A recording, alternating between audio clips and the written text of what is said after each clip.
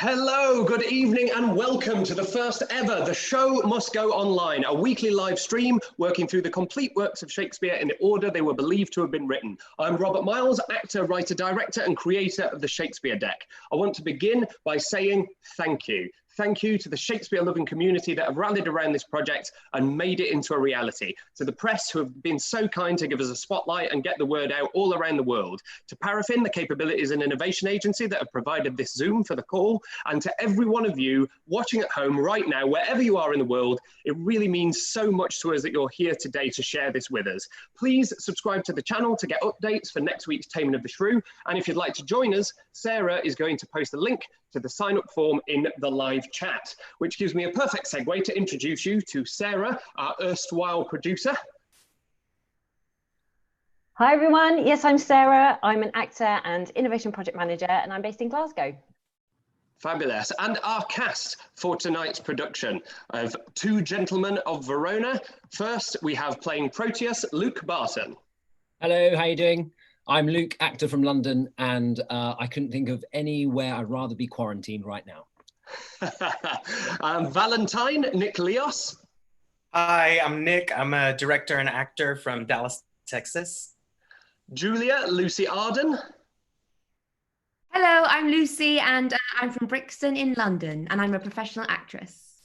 Launce, Esmonde Cole.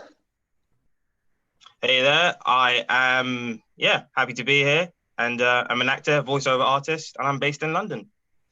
Duke Montgomery Sutton. Hey, I'm Monty. I'm an actor, writer, and director, and the master of the revels for the Rude Grooms in Queens, New York. Speed, Beth Burns. Hello, I'm Beth. I'm an actor here in Austin, Texas, and also the artistic director of the Hidden Room Theatre. Silvia, Chloe Wigmore. Hello, I'm Chloe. I've been an actor for 10 years and I'm based in London. Lucetta, Emily Carding. Hi, I'm Emily. I'm a professional actor and theatre maker and I'm based in Hastings, UK. Thurio by Brian Gillett. Hi, I'm Brian. I've been doing amateur theatre for about almost 30 years. Panthino, Geoffrey Mamdani. Hi, I'm Jeff. I'm an amateur actor and speechwriter and based in Brussels. Host, Bonnie MacBird. Hi, I'm Bonnie. I live in London and I'm a Sherlock Holmes writer masquerading as an actor. Antonio, Andrew A.B. Hi, I'm an amateur actor and a theatre photographer based in the Northwest. Eglamour, Ali Poole. Hi, I'm Ali. I'm an actor and sound designer based in Virginia and London. Third Outlaw, Disa Andersen. Hiya, I'm Disa. I'm a professional actor and writer based in East London. First Outlaw, Gislason. Hello, my name is Gislason, like you just said. I'm an Icelandic actor, professional, living in London.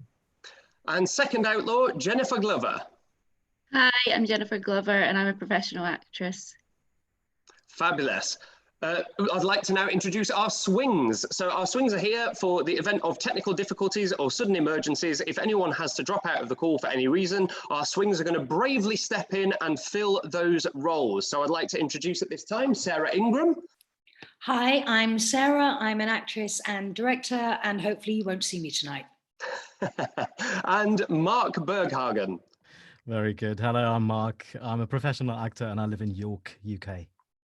Fantastic. Thank you all so much for giving up your time and talent freely to entertain our audience tonight. As I'm sure everyone watching knows, we are living in unprecedented times. So if you'd like to shout out any charities or organisations that are helping artists in their hour of need, please do so in the live chat so that we can share them in the interval. Also, if you're a Shakespeare lover and would like to play along at home, see if you can spot devices, lines or ideas that Shakespeare went on to recycle or refine in his later works and comment in the live chat.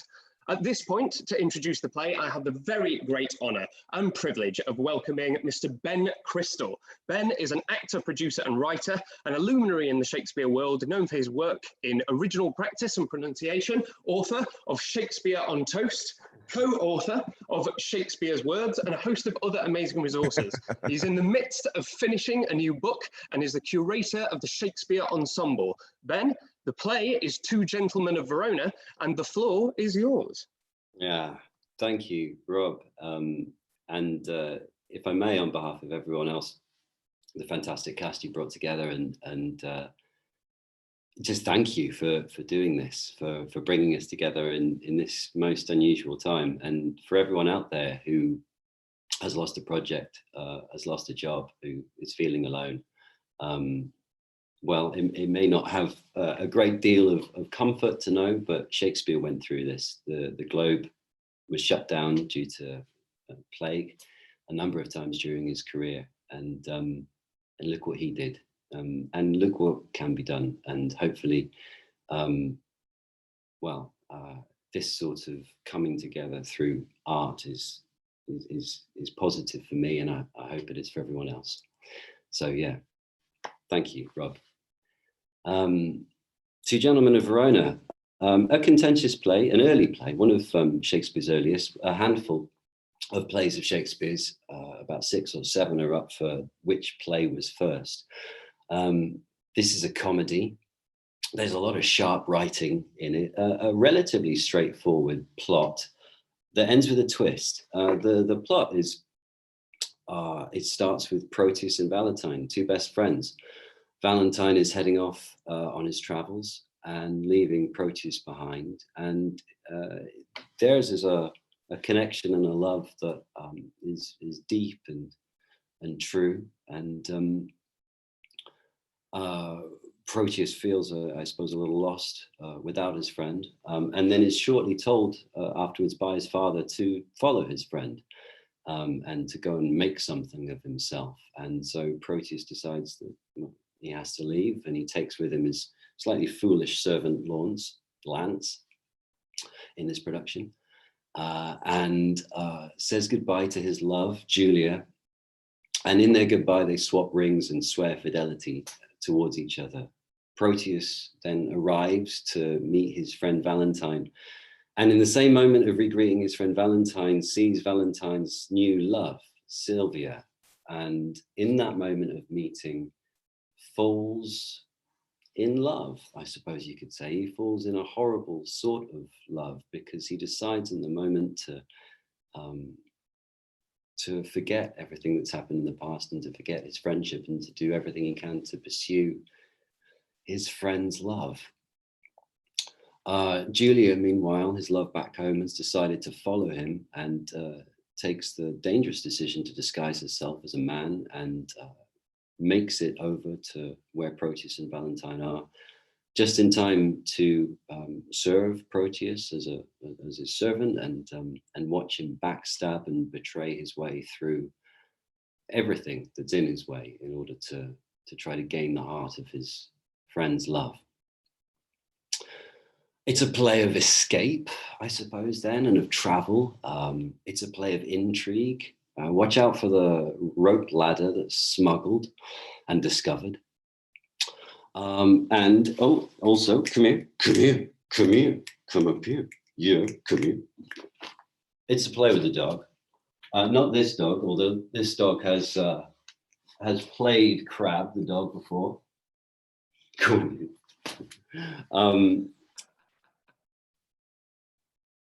It's a play about love.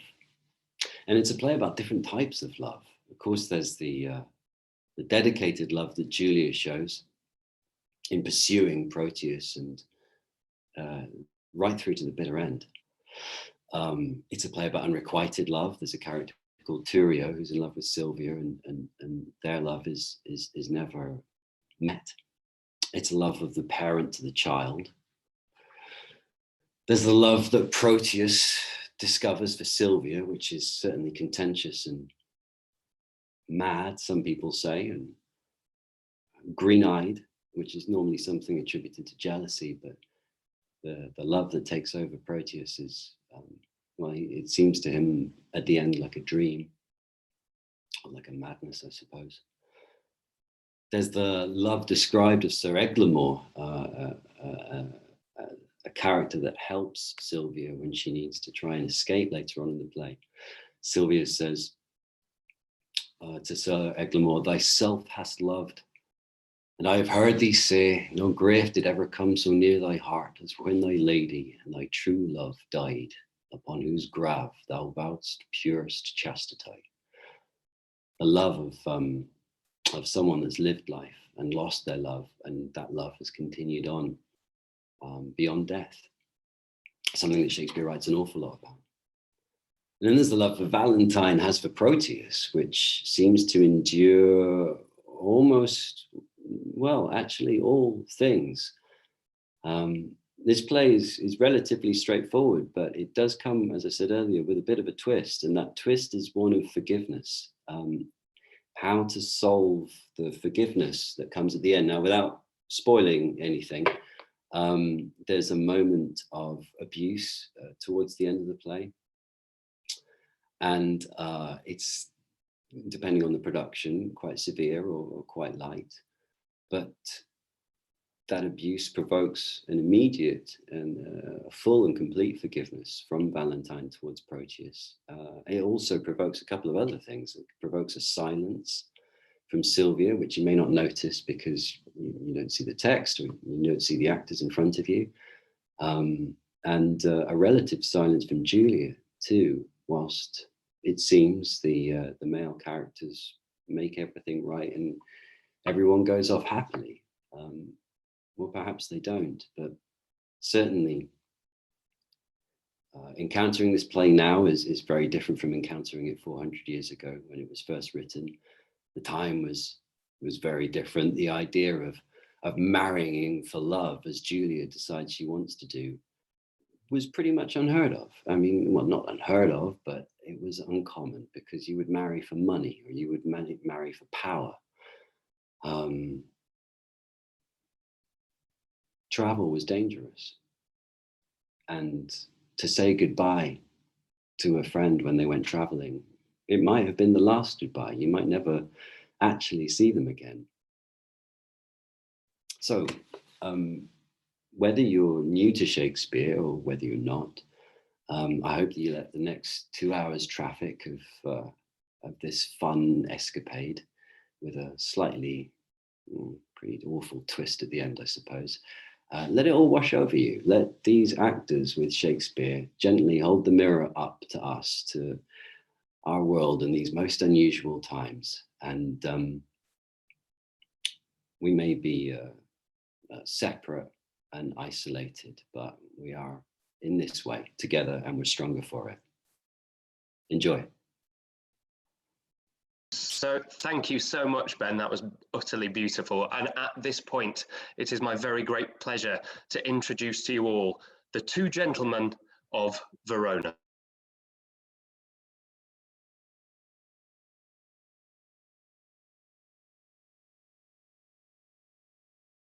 Act 1, Scene 1. Enter Valentine and Proteus.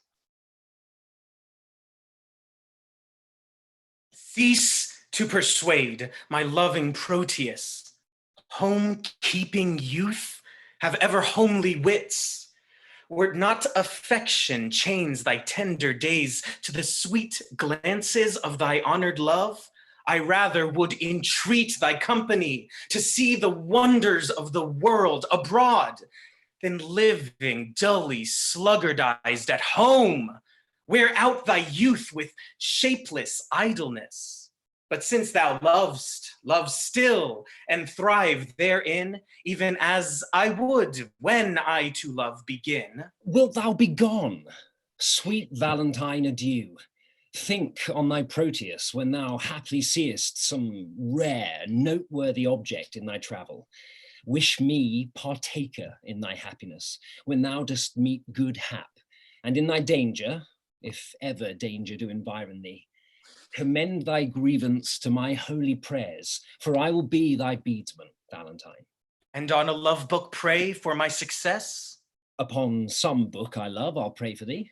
That's on some shallow story of deep love, how young Leander crossed the Hellespont.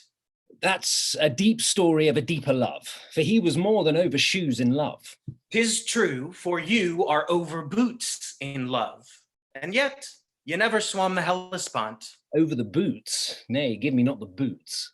No, I will not, for it boots thee not. What? To be in love, where scorn is bought with groans, coy looks with heart-sore sighs, one fading moment's mirth, with 20 watchful, weary, tedious nights. If haply won, perhaps a hapless gain. If lost, why then a grievous labor won. However, but a folly bought with wit, or else with wit by folly vanquished. So by your circumstance, you call me fool. So by your circumstance, I fear you'll prove. His love you cavil at, I am not love. Love is your master, for he masters you.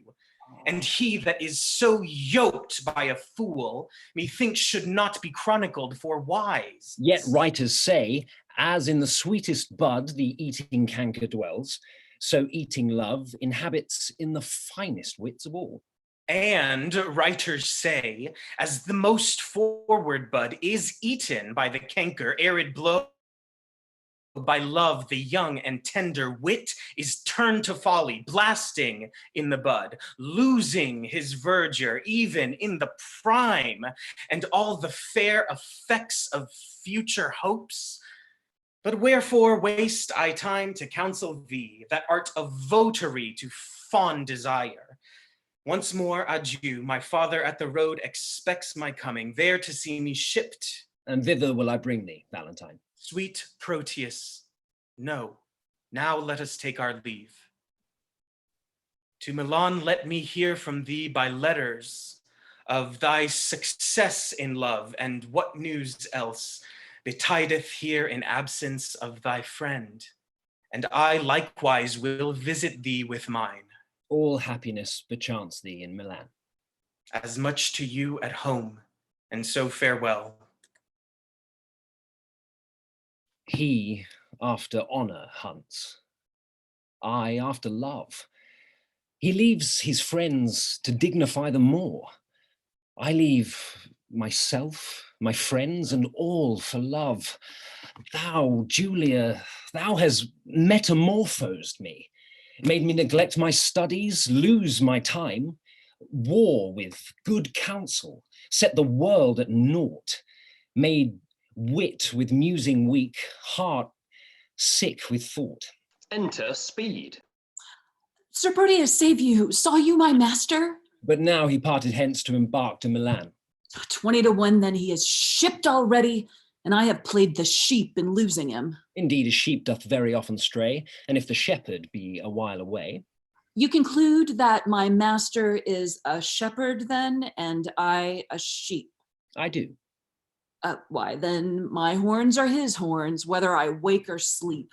A silly answer, and fitting well a sheep. This proves me still a sheep. True, and thy master a shepherd. Nay, that I can deny by a circumstance. It shall go hard, but I'll prove it by another. The shepherd seeks the sheep, and not the sheep the shepherd. But I seek my master, and my master seeks not me. Therefore, I am no sheep. The sheep for fodder follow the shepherd. The shepherd for food follows not the sheep. Thou for wages followest thy master. Thy master for wages follows not thee. Therefore, thou art a sheep. Such another proof will make me cry, bah. But dost thou hear? Gavest thou my letter to Julia? I, sir, I, a lost mutton, gave your letter to her, a laced mutton, and she, a laced mutton, gave me a lost mutton. Nothing for my labor. Here's too small a pasture for such store of muttons. If the ground be overcharged, you were best sticker. Nay, in that you are astray, 'twere best pound you. Nay, sir, less than a pound shall serve me for carrying your letter. You mistake, I mean the pound, a pinfold. From a pound to a pin, fold it over and over, 'tis threefold too little for carrying a letter to your lover. But what did she say? I. Nod, I. Well, that's noddy.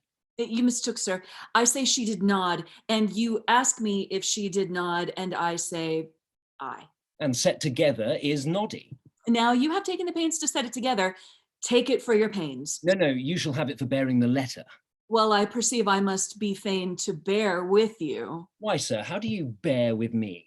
Marry, sir, the letter very orderly, having nothing but the word naughty for my pains. Beshrew me, but you have a quick wit. And yet it cannot overtake your slow purse. Come, open the matter in brief. What said she? Open your purse, that the money and the matter may be both at once delivered. Well, sir, here is for thy pains. What said she? Truly, sir, I think you'll hardly win her. Why? Couldst thou perceive so much from her? Sir, I could perceive nothing at all from her. No, not so much as a ducat for delivering your letter. And being so hard to me, that brought your mind. I fear she'll prove as hard to you in telling your mind. Give her no token but stones, for she's as hard as steel. What, she said nothing? No, not so much as take this for thy pains. To testify your bounty, I thank you. You have testerned me. In requital whereof, henceforth, carry your letters yourself. And so, sir, I'll commend you to my master. Go, be gone, to save your ship from wreck, which cannot perish having thee aboard, being destined to a drier death on shore. I must go send some better messenger. I fear my Julia would not deign my lines, receiving them from such a worthless post.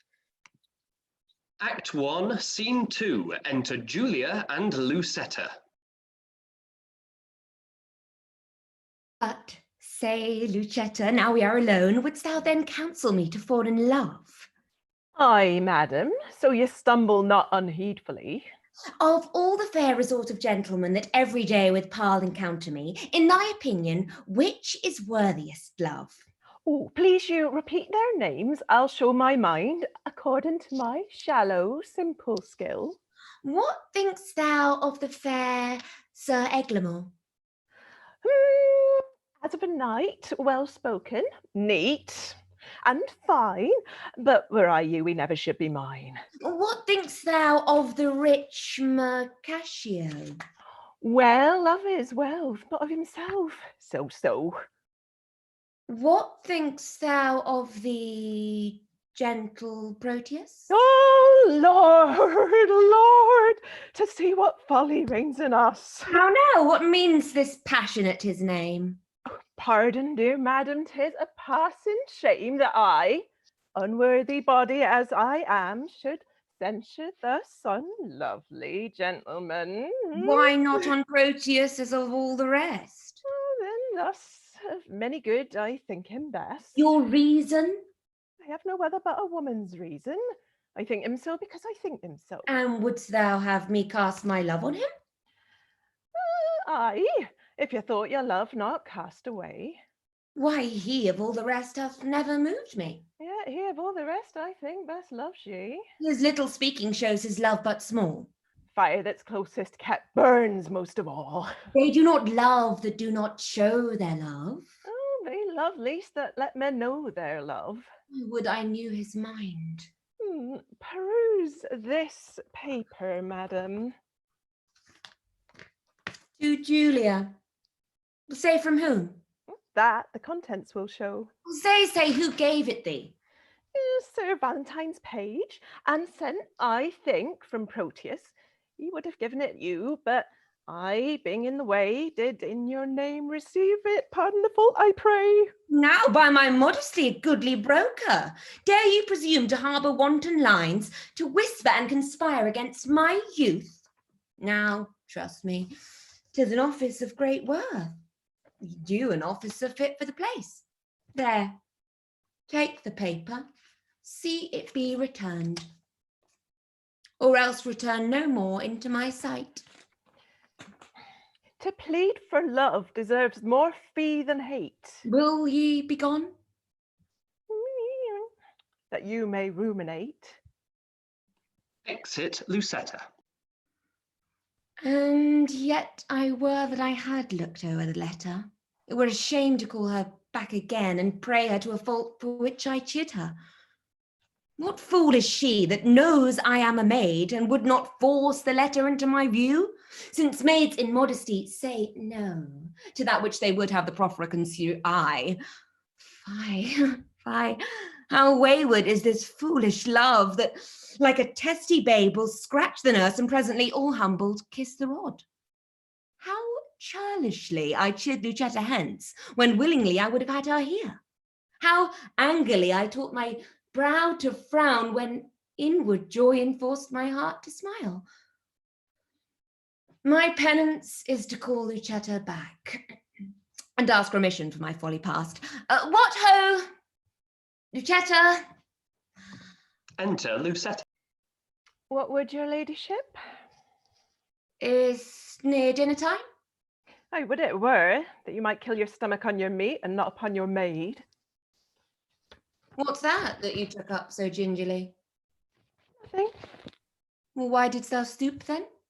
To take a paper up that I let fall. And is that paper nothing? Nothing concerning me. Well, then let it lie for those that it concerns. Madam, it will not lie where it concerns, unless it have a false interpreter. Some love of yours hath writ to you in rhyme. Oh, that I might sing it, madam, to a tune. Give me a note, your ladyship consent. A little by such toys as may be possible. Best sing it to the tune of Light o' Love.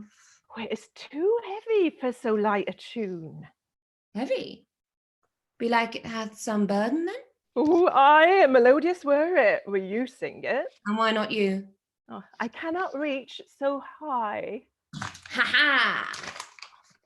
Let's see your song. How now, minion? Keep tune there still, so you will sing it out.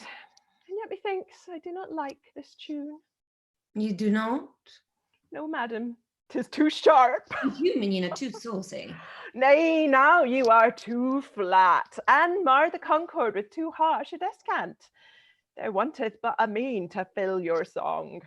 The mean is drowned by your unruly bass. Indeed. Oh, I bid the bass for Proteus. This babble shall not henceforth trouble me. Here is a coil with protestation. Go, get you gone, and let the papers lie. You would be fingering them to anger me. She makes it strange, but she would best be pleased to be so angered with another letter. Exit Lucetta. Nay, would I were so angered with the same. Oh, hateful hands to tear such loving words, injurious wasps to feed on such sweet honey, and kill the bees that yield it with your stings. I'll kiss each several paper for amends. Look, here is written, kind Julia. Unkind Julia, as in revenge of thy ingratitude, I throw thy name against the bruising stones, trampling contemptuously on thy disdain. And here is writ, love-wounded Proteus. Poor wounded name. My bosom, as a bed, shall lodge thee till thy wound be thoroughly healed, and thus I search it with a sovereign kiss.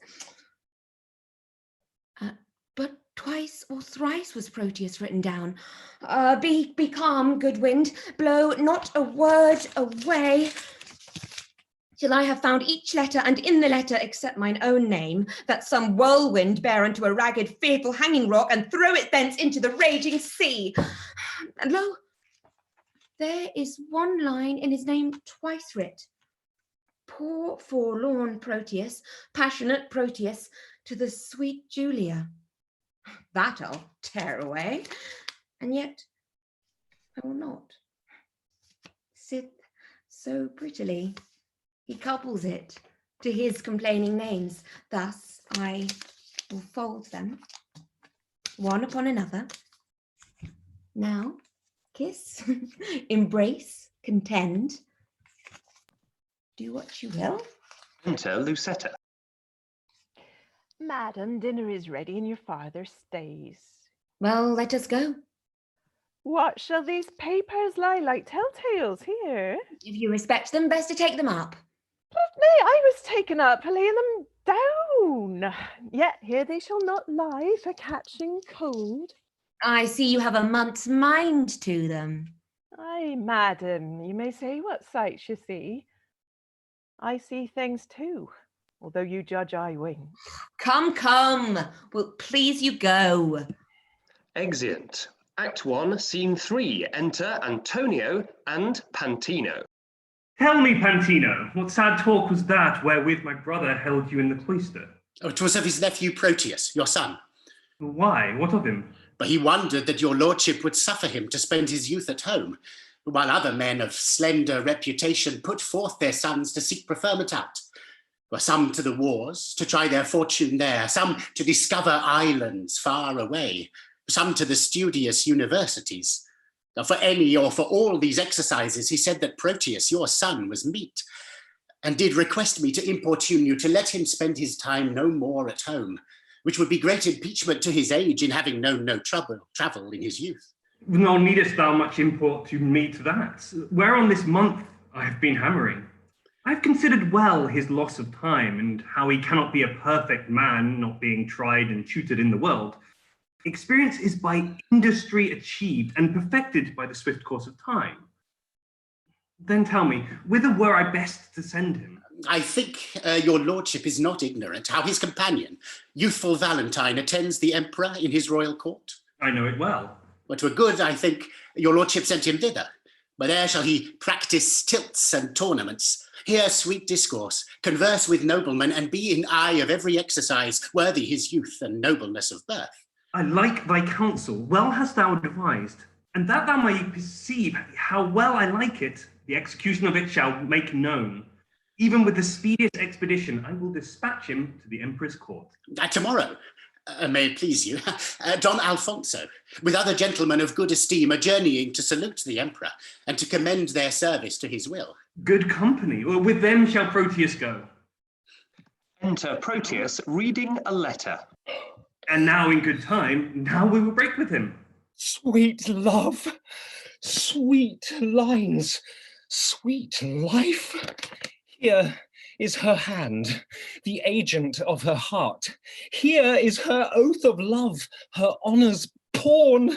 Oh, that our fathers would applaud our loves to seal our happiness with their consents. Oh, heavenly Julia. How now? What letter are you reading there? May it please your lordship, 'tis a word or two of commendation sent from Valentine, delivered by a friend that came from him. Lend me the letter, let me see what news. There is no news, my lord, but that he writes how happily he lives, how well beloved and daily graced by the emperor, wishing me with him, partner of his fortune. And how stand you affected to his wish? As one relying on your lordship's will, and not depending on his friendly wish. My will is something sorted with his wish. Muse not that I thus suddenly proceed, for what I will, and there an end. I am resolved that thou shalt spend some time with Valentinus in the emperor's court. What maintenance he from his friends receives, like exhibition, thou shalt have from me. Tomorrow be in readiness to go. Excuse it not, for I am not peremptory. My lord, I cannot be so soon provided. Please you, deliberate a day or two. Look, what thou wantst shall be sent after thee. No more of stay, tomorrow thou must go. Come on, Panthino, you shall be employed to hasten on his expedition. Exit Antonio and Panthino. Thus have I shunned the fire for fear of burning, and drenched me in the sea, where I am drowned. I feared to show my father Julia's letter, lest he should take exceptions to my love. And with the vantage of mine own excuse, hath he accepted most against my love. Oh, how this spring of love resembleth the uncertain glory of an April day, which now shows all the beauty of the sun, and by a cloud takes all away. Enter Panthino. Sir Proteus, your father calls for you. He is in haste, therefore I pray you, go. Why, this is it. My heart accords thereto, and yet 1,000 times it answers no. Exeunt. Act 2, Scene 1. Enter Valentine and Speed. Sir, your glove? No, not mine. My gloves are on. Why then, this may be yours, for this is but on. Huh? Let me see. Aye, give it me. It's mine. Sweet ornament that decks a thing divine. Ah, Silvia. Silvia. Madam Silvia. How now, Sirrah? She is not within hearing, sir. Why, sir, who bade you call her? Your worship, sir, or else I mistook. Well, you'll still be too forward. And yet I was last chidden for being too slow. Go to, sir. Tell me, do you know Madam Silvia? She that your worship loves? What? How know you that I am in love? Mary, by these special marks. First, you have learned, like Sir Proteus, to wreath your arms like a malcontent, to relish a love song like a robin redbreast, to walk alone like one that has the pestilence. Sigh like a schoolboy that has lost his ABC, to weep like a young wench that has buried her grandam, to fast like one that takes diet, to watch like one that fears robbing, to speak puling like a beggar at Hallowmas. You were wont, when you laughed, to crow like a cock, when you walked, to walk like one of the lions. When you fasted, it was presently after dinner. When you looked sadly, it was for want of money. And now you are metamorphosed with a mistress that when I look on you, I can hardly think you my master. Are all these things perceived in me? They are all perceived without ye. Without me, they cannot. Without you, nay, that's certain. For without you were so simple, none else would. But you are so without these follies that these follies are within you and shine through you like the water in a urinal, that not an eye sees you, but is a physician to comment on your malady. But tell me, dost thou know my lady Silvia? She that you gaze on so as she sits at supper? Hast thou observed that? Even she, I mean. Why, sir, I know her not. Dost thou know her by my gazing on her, and yet knowst her not? She's not hard favored, sir. Not so fair, boy, as well favored. Sir, I know that well enough. What dost thou know? That she is not so fair as of you well favored. I mean that her beauty is exquisite, but her favor infinite. That's because the one is painted and the other all out of count. How painted? And how out of count? Marry, sir, so painted to make her fair that no man counts of her beauty. How esteemest thou me? I account of her beauty. You never saw her since she was deformed. How long has she been deformed? Ever since you loved her. I have loved her ever since I saw her, and still I see her beautiful. If you love her, you cannot see her. Why? Because love is blind. You had mine eyes, or your own eyes had the lights they were wont to have when you chid at Sir Proteus for going ungartered. What should I see then? Your own present folly and her passing deformity, for he, being in love, could not see to garter his hose, and you, being in love, cannot see to put on your hose. Belike, boy, then you are in love, for last morning you could not see to wipe my shoes. True, sir, I was in love with my bed. I thank you, you swinged me for my love, which makes me the bolder to chide you for yours. In conclusion, I stand affected to her. I would you were set so your affection would cease. Last night, she enjoined me to write some lines to one she loves. Have you? I have. Are they not lamely writ? No, boy, but as well as I can do them. Peace, here she comes. Oh, excellent motion. Oh, exceeding puppet. Now will he interpret to her. Enter Silvia. Madam and mistress, 1,000 good morrows. Oh, give me good e'en. Here's a million of manners. Sir Valentine and servant, to you 2,000. He should give her interest, and she gives it him. As you enjoined me, I have writ your letter unto the secret nameless friend of yours, which I was much unwilling to proceed in, but for my duty to your ladyship. I thank you, gentle servant. What is very clerkly done. Now trust me, madam, it came hardly off, For being ignorant to whom it goes, I writ at random, very doubtfully. Perchance you think too much of so much pains. No, madam, so it stead you, I will write. Please you command 1,000 times as much, and yet... A pretty period. Well, I guess the sequel, and yet I will not name it. And yet, I care not. And yet, take this again. And yet, I thank you, meaning henceforth to trouble you no more. And yet you will, and yet another yet. What means your ladyship? Do you not like it?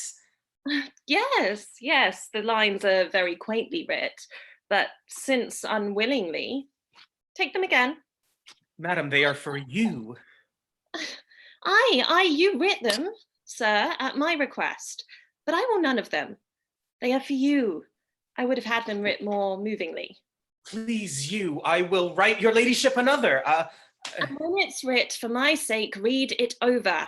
And if it please you, so. If not, why so? If it please me, madam, what then? Why, if it please you, take it for your labour. And so, good morrow, servant. Exit Silvia. Oh, just unseen, inscrutable, invisible, as a nose on a man's face or a weathercock on a steeple. My master sues to her, and she hath taught her suitor, he being her pupil, to become her tutor. Ah, excellent device, was there ever heard a better? That my master, being scribe, to himself should write the letter. How now, sir? What, are you reasoning with yourself? Nay, I was rhyming. 'Tis you that have the reason. To do what? To be a spokesman for Madam Silvia. To whom? To yourself. Why, she woos you by a figure. What figure? By letter, I should say. Why, she hath not writ to me.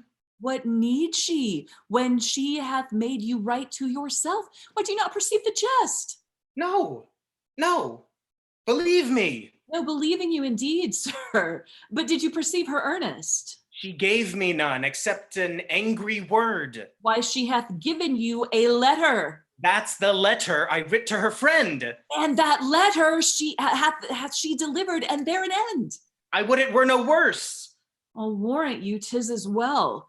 For often you have writ to her, and she in modesty, or else for want of idle time, cannot reply again, or fearing else some messenger that might her mind discover, herself hath taught her love himself to write unto her lover. Well, this I speak in print, for in print I found it.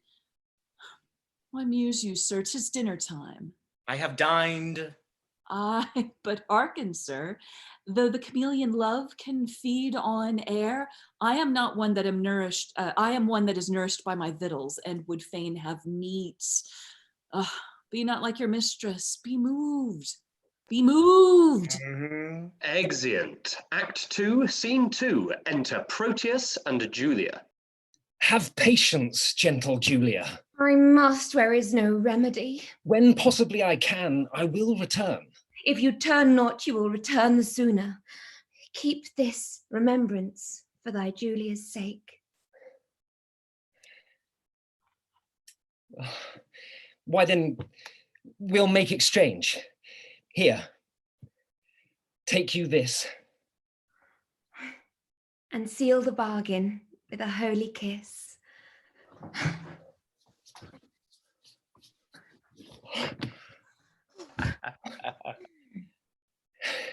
Here is my hand for my true constancy. And when that hour o'erslips me in the day, wherein I sigh not, Julia, for thy sake, the next ensuing hour some foul mischance torment me for my love's forgetfulness. My father stays my coming. Answer not. The tide is now. Nay, not thy tide of tears. That tide will stay me longer than I should. Julia, farewell.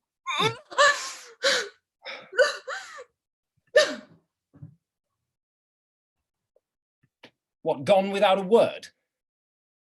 Aye, so true love should do. It cannot speak, for truth hath better deeds than words to grace it. Enter Panthino. Sir Proteus, you are stayed for. Go, I come. Alas, this parting strikes poor lovers dumb. Exeunt. Act 2, Scene 3. Enter Launce with his dog, Crab. Nay, 'twill be this hour here I've done weeping. All the kind of Lances have this very fault. I received my proportion like the prodigious sun, and I'm going with Sir Proteus to the Imperial's court. I think Crab, my dog, be the sourest natured dog that lives. My mother weeping, my father wailing, my sister crying, our maid howling, our cat, get this, wrangling her hands. And all our house in a great perplexity. Yet did not this cruel-hearted cur shed one tear. He is a stone. A very pebble stone. Oh. And has no more pity in him than a dog. A Jew would have wept more to see our parting. Why, our grandam, having no eyes, look you, wept herself blind at my parting. Nay, I'll shew you the manner of it. Right. This shoe here is my father. No, this left shoe is my father. No, this left shoe is my mother. Nay, that cannot be so neither. Yes, it is so. It have the worser soul. Yeah. This shoe with the hole in it is my mother, and this my father. Ah, avenging on it. There it is. Now, sir, this staff is my sister. Because, where am I? This staff is my sister, for look you, she is white as a lily and small as a wand. This hat is our nan, our maid, I am the dog. No, the dog is himself and I am the dog. Oh, the dog is me and I am myself. So. Now, I come to my father. Father, your blessing. Now, should not the shoe speak a word for weeping? Now, I kiss my father. Yep, there it is. Yep. Well, he weeps on. Now I come to my mother. Oh, that she could speak now like a wood woman. Well, I kiss her.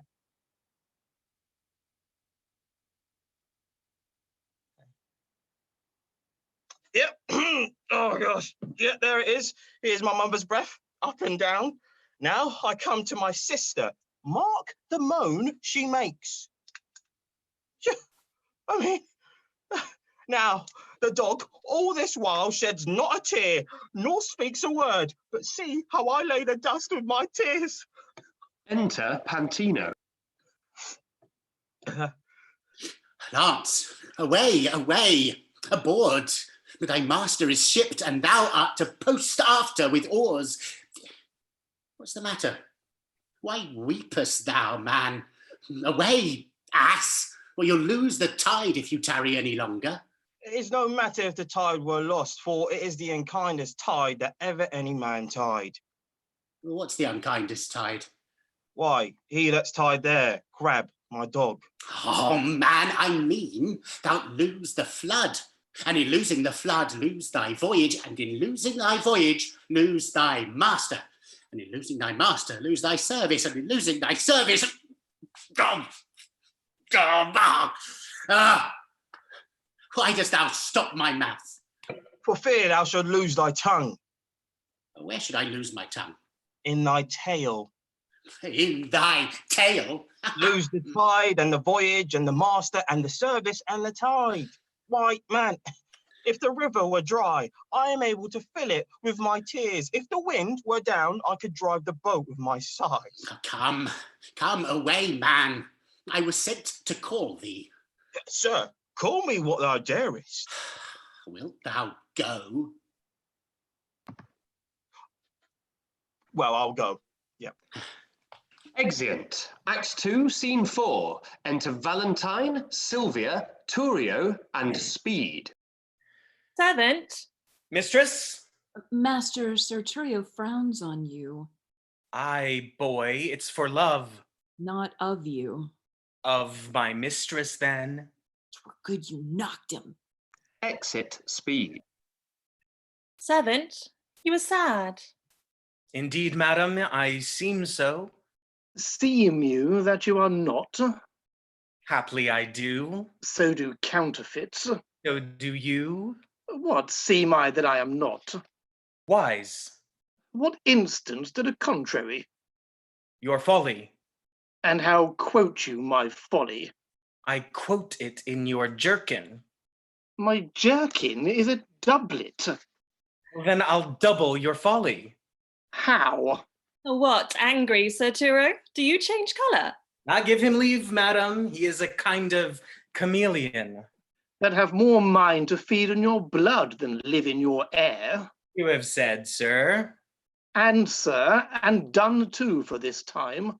I know it well, sir. You always end ere you begin. A fine volley of words, gentlemen, and quickly shot off. 'Tis indeed, madam. We thank the giver. Who is that, servant? Your sweet self, lady, for you gave the fire. Sir Thurio borrows his wit from your ladyship's looks, and spends what he borrows kindly in your company.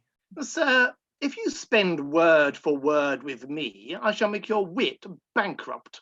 I know it well, sir. You have an exchequer of words, and I think no other treasure to give your followers, for it appears by their bare liveries that they live by your bare words. No more, gentlemen, no more. Here comes my father.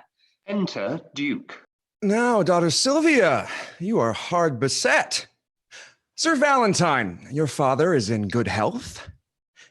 What say you to a letter from your friends of much good news? My lord, I will be thankful to any happy messenger from thence. Know you Don Antonio, your countryman? Aye, my good lord, I know the gentleman to be of worth and worthy estimation, and not without desert so well reputed. Hath he not a son? Aye, my good lord, a son that well deserves the honor and regard of such a father. You know him well. I knew him as myself, for from our infancy we have conversed and spent our hours together.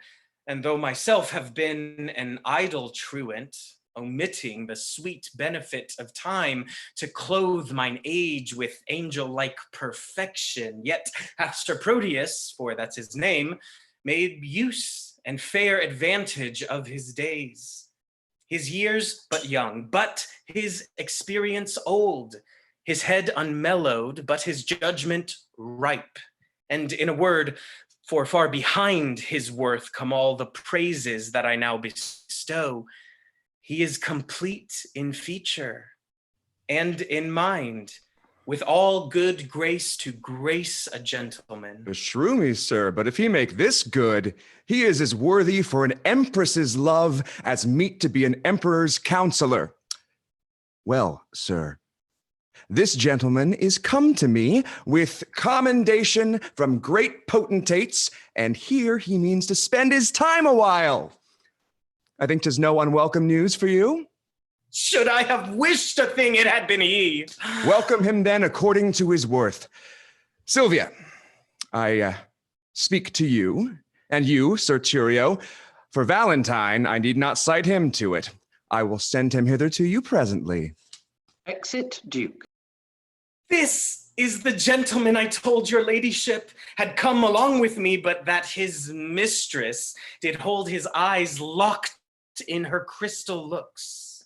Belike that now she hath enfranchised them upon some other pawn for fealty. Nay, sure, I think she holds them prisoners still. Nay, then he should be blind. And being blind, how could he see his ways to seek you out? Why, lady, love hath 20 pair of eyes. They say that love hath not an eye at all. To see such lovers, Thurio, as yourself, upon a homely object love can wink. Enter Proteus. Have done, have done. Here comes the gentleman. Welcome, dear Proteus. Mistress, I beseech you, confirm his welcome with some special favor. His worth is warrant for his welcome hither. If this be he you oft ye wish to hear from. Mistress, it is. Sweet lady, entertain him to be my fellow servant in your ladyship. Too low a mistress for so high a servant. Not so, sweet lady, but too mean a servant to have a look of such a worthy mistress. Leave off such discourse of disability, sweet lady. Entertain him for your servant. My duty will I boast of, nothing else. And duty never did yet need what is meed. Servant, you are welcome to a worthless mistress. I'll die on him that says so, but yourself. That you are welcome? That you are worthless. Enter a messenger to Thurio. Madam, my lord your father would speak with you. Exit messenger. I wait upon his pleasure. Come, Sir Thurio, go with me. Once more, new servant, welcome. I'll leave you to confer of home affairs. When you have done, we look forward to hearing from you. We'll both attend upon your ladyship. Exit Silvia and Thurio. Now tell me, how do all from whence you came? Your friends are well and have much commended thee. And how do yours? I left them all in health. How does your lady, and how thrives your love? My tales of love were wont to weary you. I know you joy not in a love discourse. Ay, Proteus, but that life is altered now. I have done penance for contemning love, whose high imperious thoughts have punished me with bitter fasts, with penitential groans, with nightly tears and daily heart-sore sighs. For in revenge of my contempt of love, love hath chased sleep from my enthralled eyes, and made them watchers of mine own heart's sorrow. O gentle Proteus loves a mighty lord, and hath so humbled me, as I confess, there is no woe to his correction, nor to his service no such joy on earth. Now, no discourse, except it be of love. Now can I break my fast, dine, sup, and sleep upon the very naked name of love. Enough! I read your fortune in your eye. Was this the idol that you worship so? Even she, and is she not a heavenly saint? No, but she is an earthly paragon. Call her divine. I will not flatter her. Oh, flatter me, for love delights in praises. When I was sick, you gave me bitter pills, and I must minister the like to you. Then speak the truth by her, if not divine.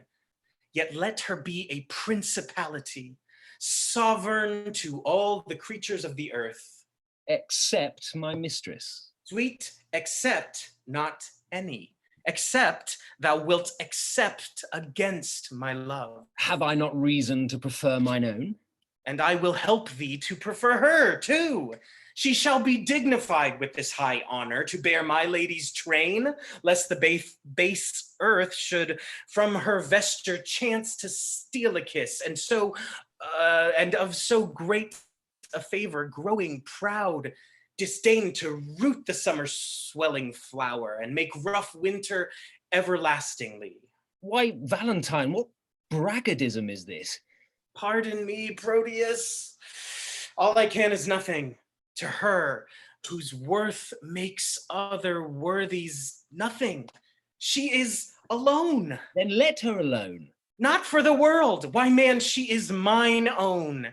And I as rich in having such a jewel as 20 seas, if all their sand were pearl, the water nectar, and the rocks pure gold. Forgive me that I do not dream on thee, because thou seest me dote upon my love, my foolish rival that her father likes, only for his possessions are so huge, is gone with her along, and I must after.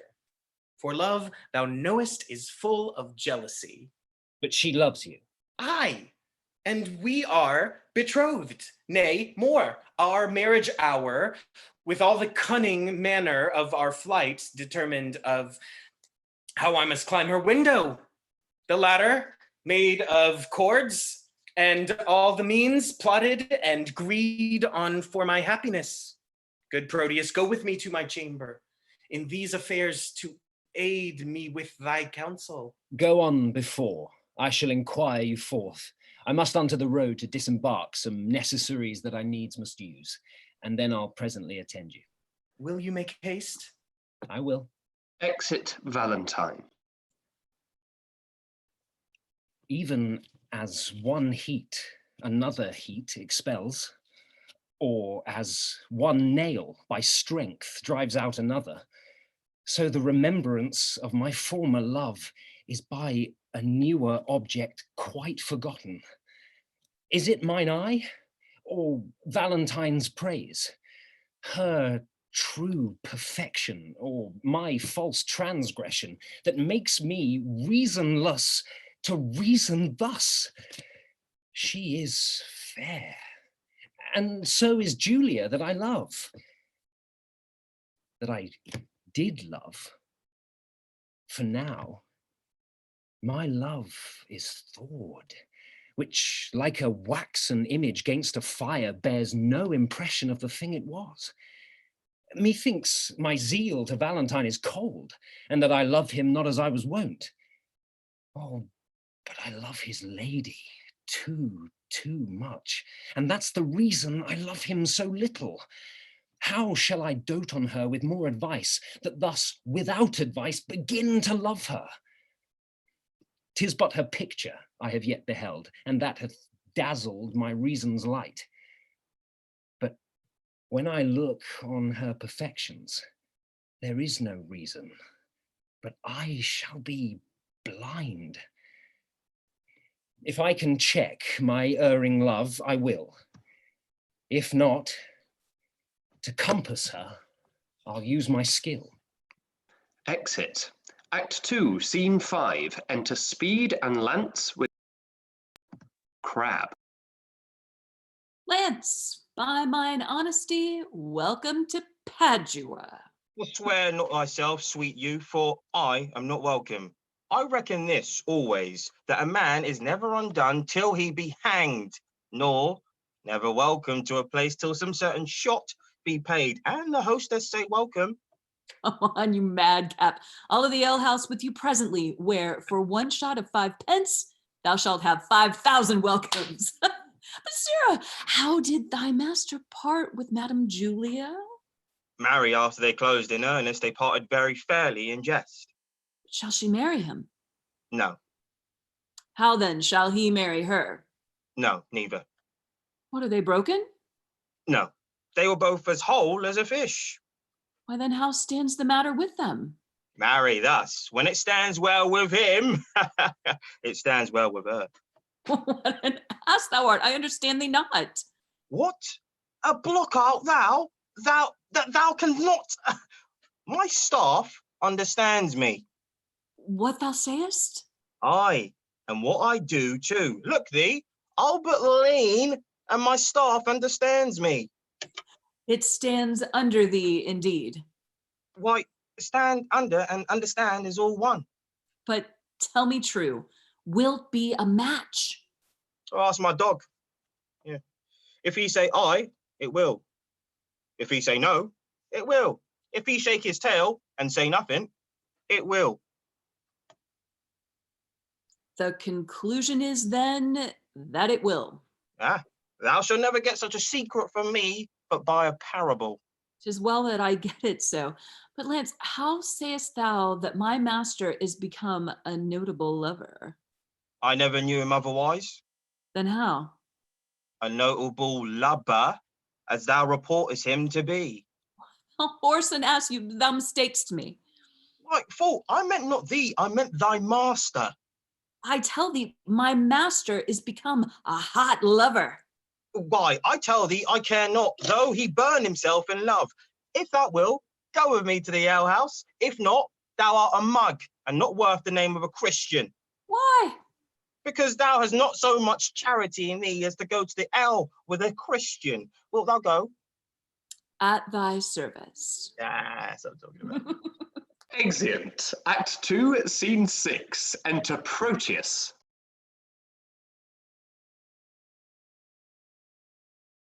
To leave my Julia shall I be forsworn. To love fair Silvia shall I be forsworn. To wrong my friend, I shall be much forsworn. And even that power which gave me first my oath provokes me to this threefold perjury. Love bade me swear, and love bids me forswear. Oh, sweet suggesting love, if thou hast sinned, teach me, thy tempted subject, to excuse it.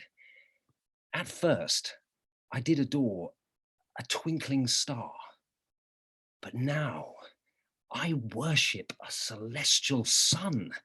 Unheedful vows may heedfully be broken, and he wants wit that wants resolved will to learn his wit, exchange the bad for better.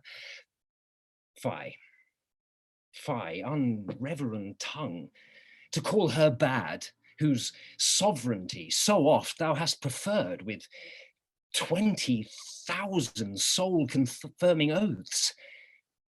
I cannot leave to love, and yet I do. But there I leave to love where I should love. Julia I lose, and Valentine I lose. If I keep them, I needs must lose myself. For Valentine, myself. For Julia, Silvia. I to myself am dearer than a friend, for love is still most precious in itself. And Silvia, witness, heaven that made her fair, shows Julia to be but a swarthy Ethiop.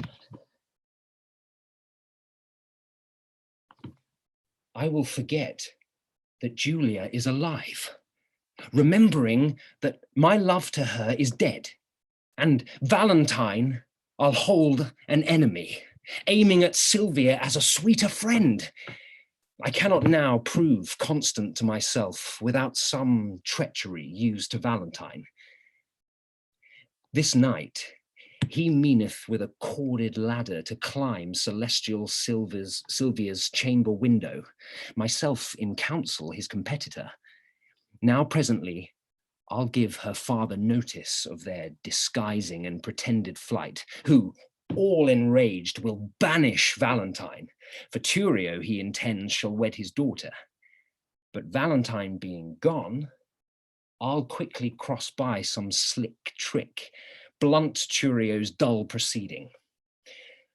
Love, lend me wings to make my purpose swift, as thou hast lent me wit to plot this drift. Exit. Act 2, Scene 7. Enter Julia and Lucetta.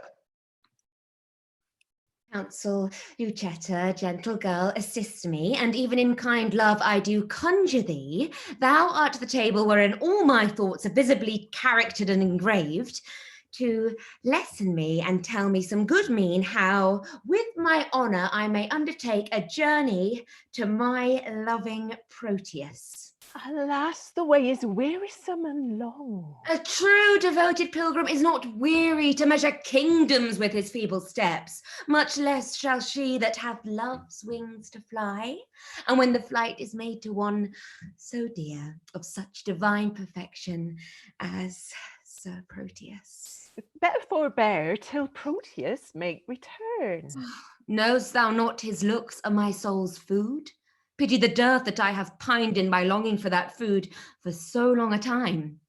Didst thou but know the inly touch of love, thou wouldst as soon go kindle fire with snow as seek to quench the fire of love with words. I do not seek to quench your love's hot fire, but qualify the fire's extreme rage, lest it should burn above the bounds of reason. The more thou damn'st it up, the more it burns. The current that with gentle murmur glides, thou knowst, being stopped, impatiently doth rage.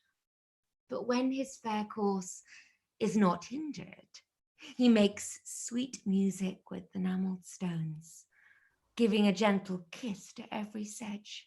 He overtaketh in his pilgrimage, and so by many winding nooks he strays with willing sport to the wild ocean. Then let me go and hinder not my course. I'll be as patient as a gentle stream, and make a pastime of each weary step, till the last step have brought me to my love, and there I'll rest, as after much turmoil, a blessed soul doth in Elysium. But, in what habit will you go along? Not like a woman, for I would prevent loose encounters of lascivious men. Gentle Lucetta, fit me with such weeds as may beseem some well-reputed page. Why, then your ladyship must cut your hair. No, girl.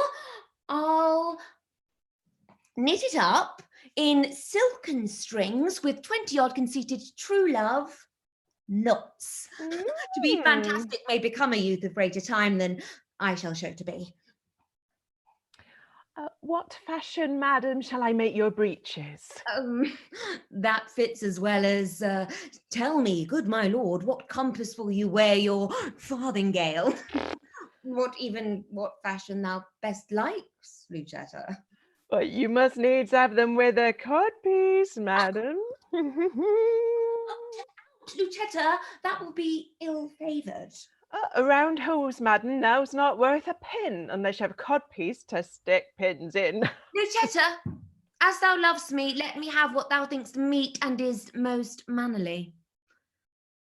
But tell me, wench, how will the world repute me for undertaking so unstaid a journey?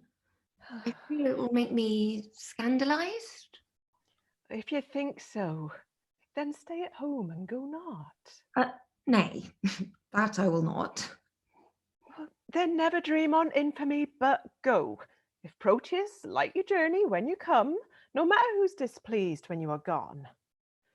I fear me he will scarce be pleased with all. That is the least, Lucetta, of my fear. 1,000 oaths, an ocean of his tears, and instances of infinite love warrant me welcome to my Proteus. All these are servants to deceitful men. Base men that use them to base effect. But truer stars did govern Proteus's birth. His words are bonds, his oaths are oracles. His love sincere, his thoughts immaculate, his tears pure messengers sent from his heart as far from fraud as heaven from earth. Pray have any proof so when you come to him? Now, as thou lovest me, do him not that wrong to bear a hard opinion of his truth. Only deserve my love by loving him, and presently go with me to my chamber to take a note of what I stand in need of, to furnish me upon my longing journey. All that is mine I leave at thy dispose, my goods, my land, my reputation. Only in lieu thereof dispatch me hence. Come, answer me not, but to it presently. I am impatient of my tarriance.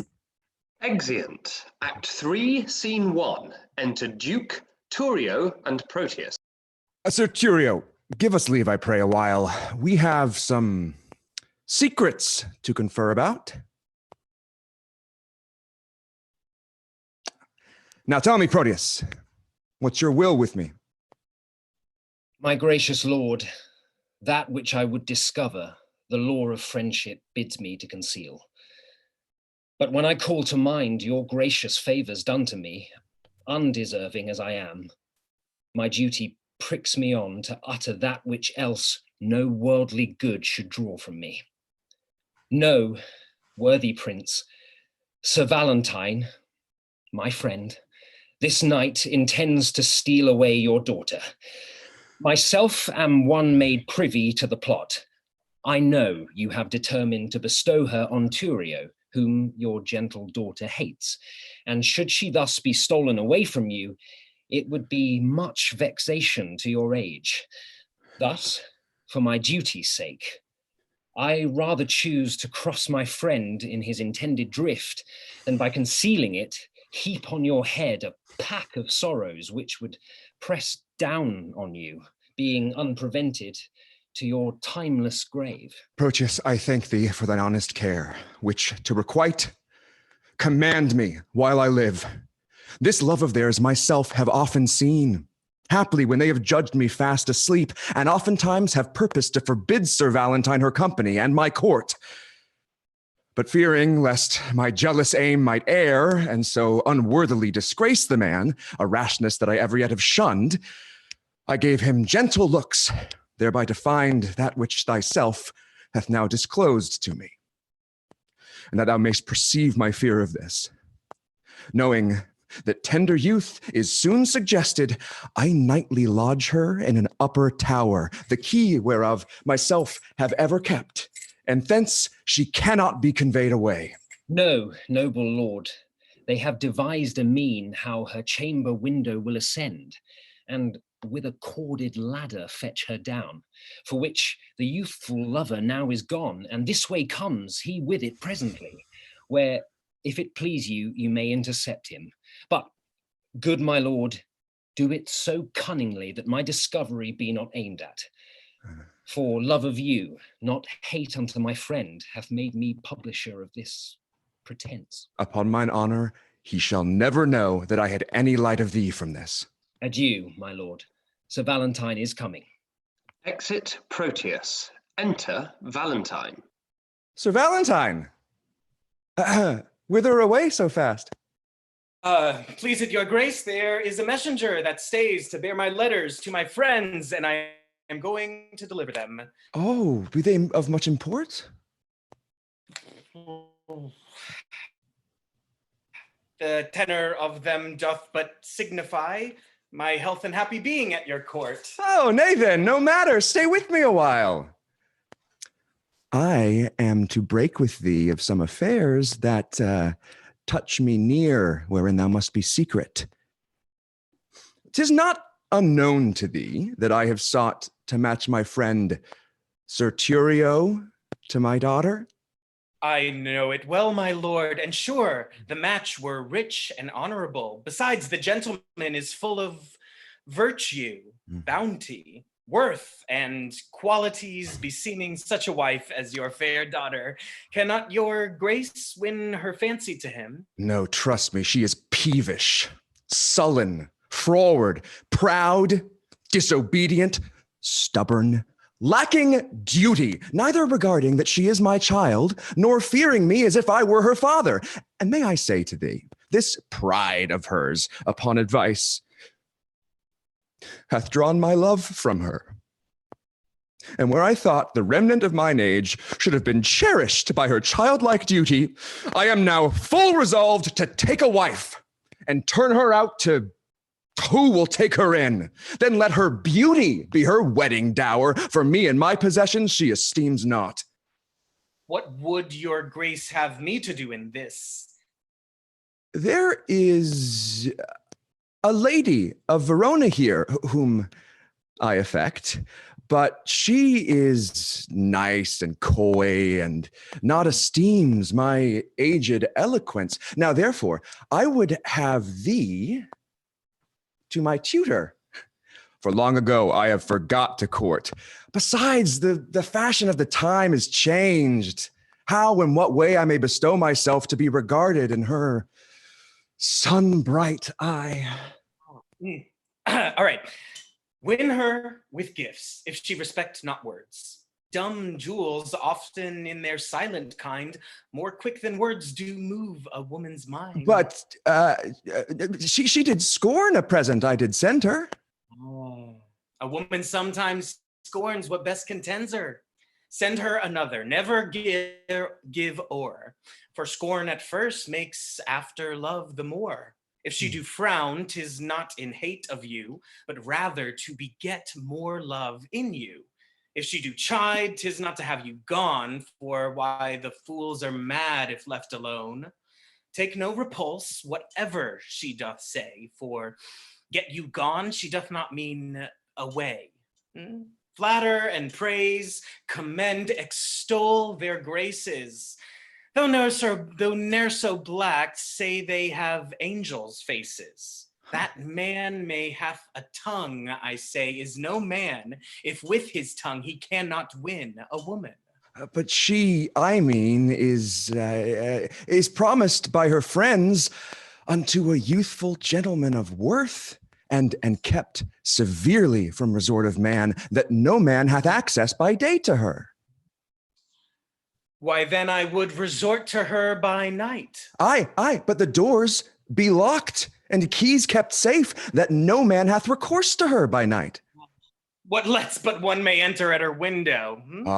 Her chamber is a loft, far from the ground, and built so shelvingly that one cannot climb it without apparent hazard of his life.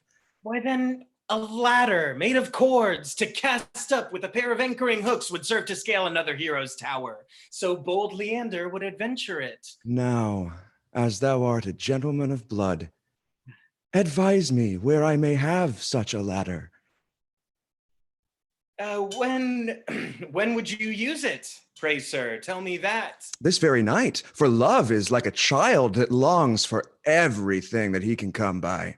By 7 o'clock, I'll get you such a ladder. Oh, but hark thee, I will go to her alone. How shall I best convey the ladder thither?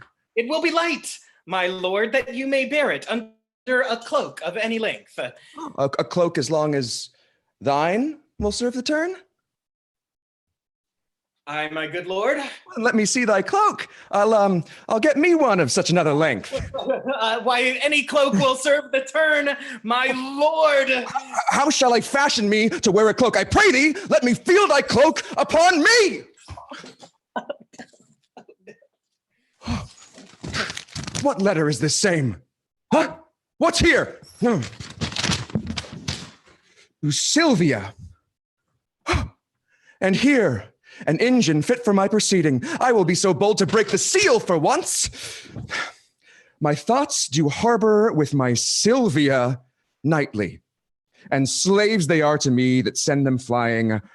Oh, could their master come and go as lightly, himself would lodge where senseless they are lying. My herald thoughts in thy pure bosom nest them, while I, their king, that thither them importune, do curse the grace that with such grace hath blessed them, because myself want my servants' fortune. Oh, I curse myself, for they are sent by me, that they should harbor where their lord should be. And what's here?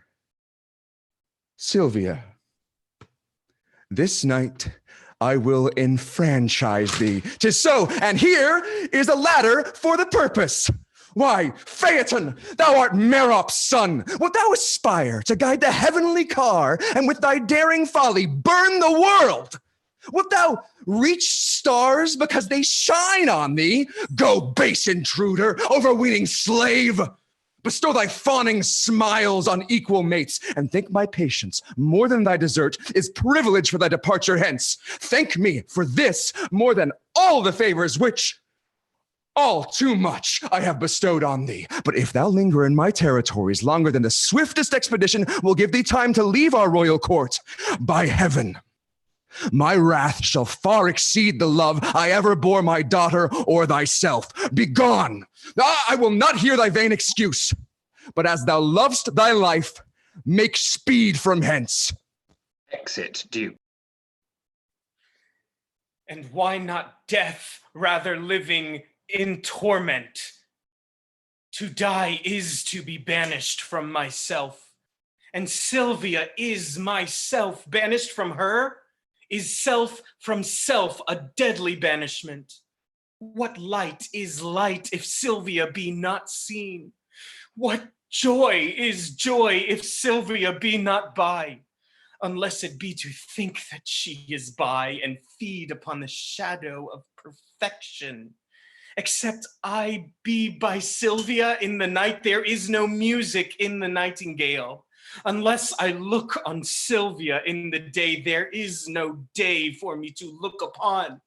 She is my essence, and I leave to be if I be not her, be not by her fair influence fostered, illumined, cherished, kept alive. I fly not death to fly his deadly doom. Tarry I here, I but attend on death. But fly I hence, I fly away from life. Enter Proteus and Launce. Run, boy, run and seek him out. Soho! What seest thou? Him we go to find. There's not a hair on his head, but 'tis a Valentine. Valentine? No. Who then? His spirit? Neither. What then? Nothing. Can nothing speak? Master, shall I strike? Who wouldst thou strike? Nothing. Villain, forbear. Why, sir, I'll strike nothing. I pray Sirrah, you. I say forbear. Friend Valentine, a word. My ears are stopped and cannot hear good news. So much of bad already hath possessed them. Then in dumb silence will I bury mine, for they are harsh, untunable, and bad. Is Silvia dead? No, Valentine. No, Valentine, indeed, for sacred Silvia. Hath she forsworn me? No, Valentine. No, Valentine, if Silvia has forsworn me. What is your news? Sir, there is a proclamation that you are vanished.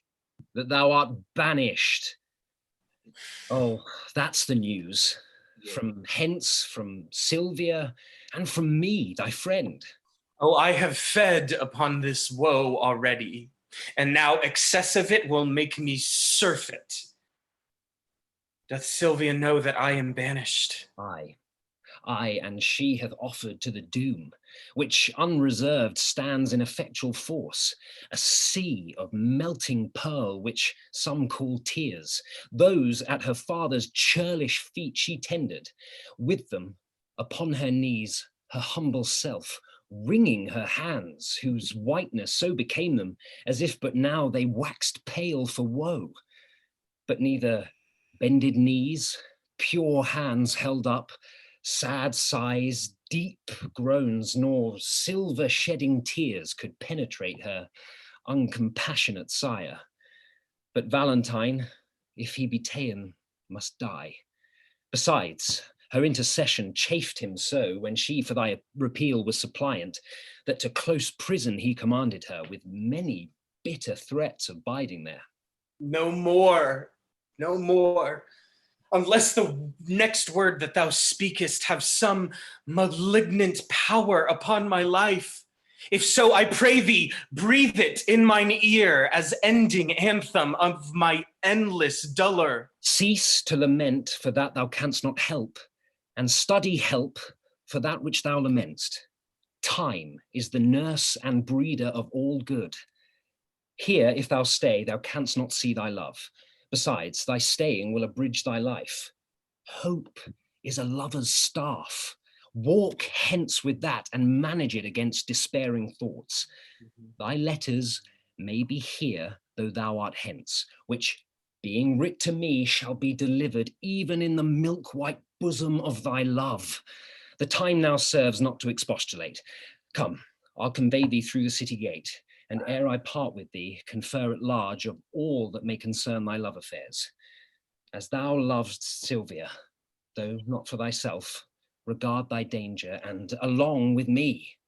I pray thee, Launce, if thou seest my boy, bid him make haste and meet me at the north gate. Go, Sirrah, find him out. Come, Valentine. My dear Silvia, hapless Valentine. Exit Valentine and Proteus. I am but a fool, look you, and yet I have the wit to think my master is a kind of a knave. But that's all one if he be but one knave. He lives not now that knows me to be in love. Yet I am in love, but a team of horse shall not pluck that from me, nor who 'tis I love. And yet 'tis a woman, but what woman? I will not tell myself. And yet 'tis a milkmaid, yet 'tis not a maid, for she hath gossips. Yet 'tis a maid, for she is her master's maid, and serves for wages.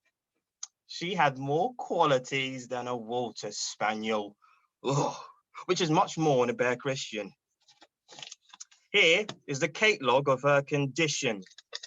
Empress, she can fetch and carry.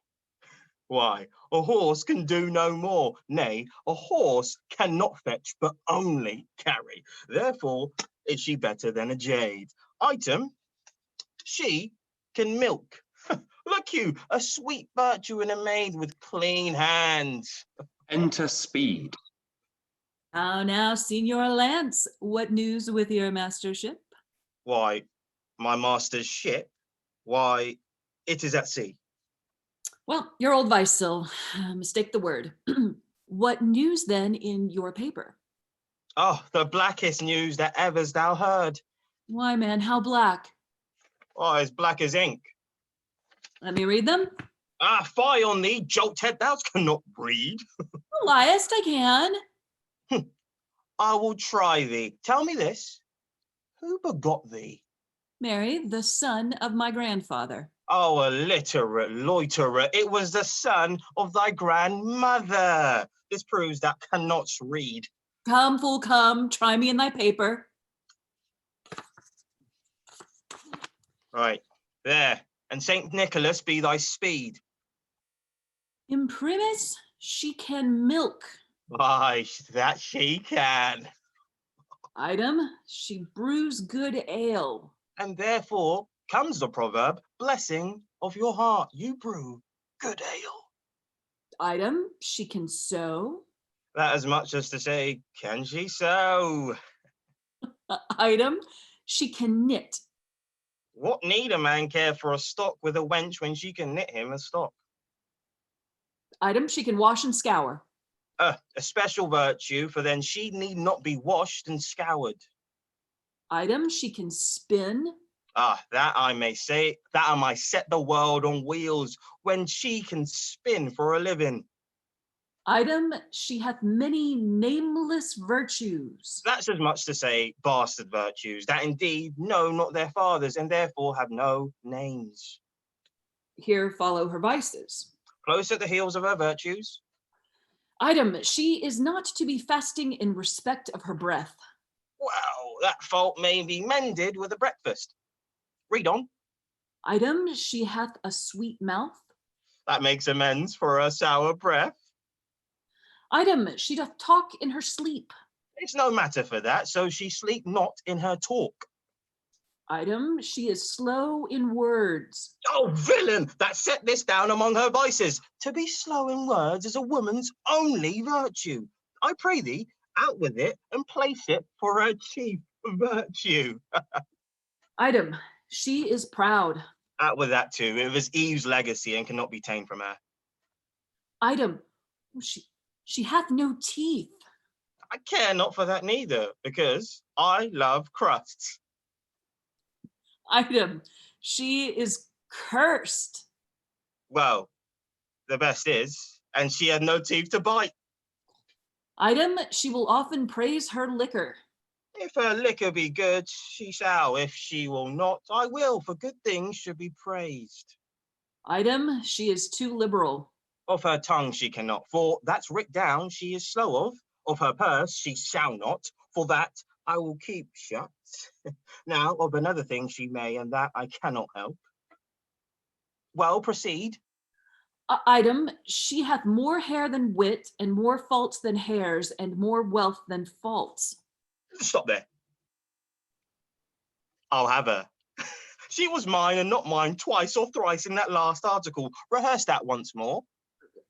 Item, she hath more hair than wit. More hair than wit, it may be. I'll prove it. The cover of the salt that hides the salt, and therefore it is more than the salt. The hair that covers the wit is more than the wit, for the greater hides the less. What's next? And more faults than hairs. That's monstrous. Oh, that we're out. And more wealth than faults. Why? That word makes the faults gracious. Well, I'll have her. And if that be a match, as nothing is impossible. What then? Why, then I will tell thee that thy master stays for thee at the north gate. For me? For thee, I, who art thou? He had stayed for a better man than thee. Well, and I must go to him. Thou must run to him, for thou hast stayed so long that going will scarce serve the turn. Why didst thou not tell me sooner? Pox of your love letters! Exit speed. Now will he be swinged for reading my letter, and a mannerly slave that will thrust himself into secrets? Oh, after, to rejoice in the boy's correction. Exit. Act 3, Scene 2, enter Duke and Thurio. Sir Thurio, fear not but that she will love you now Valentine is banished from her sight. Since his exile, she hath despised me most, forsworn my company and railed at me, that I am desperate of obtaining her.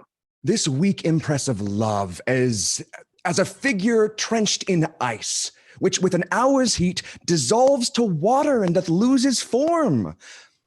A little time will melt her frozen thoughts, and worthless Valentine shall be forgot. Enter Proteus. How now, Sir Proteus, is your countryman, according to our proclamation, gone? Gone, my lord. My daughter takes his going grievously. A little time, my lord, will kill that grief. So I believe, but Thurio thinks not so.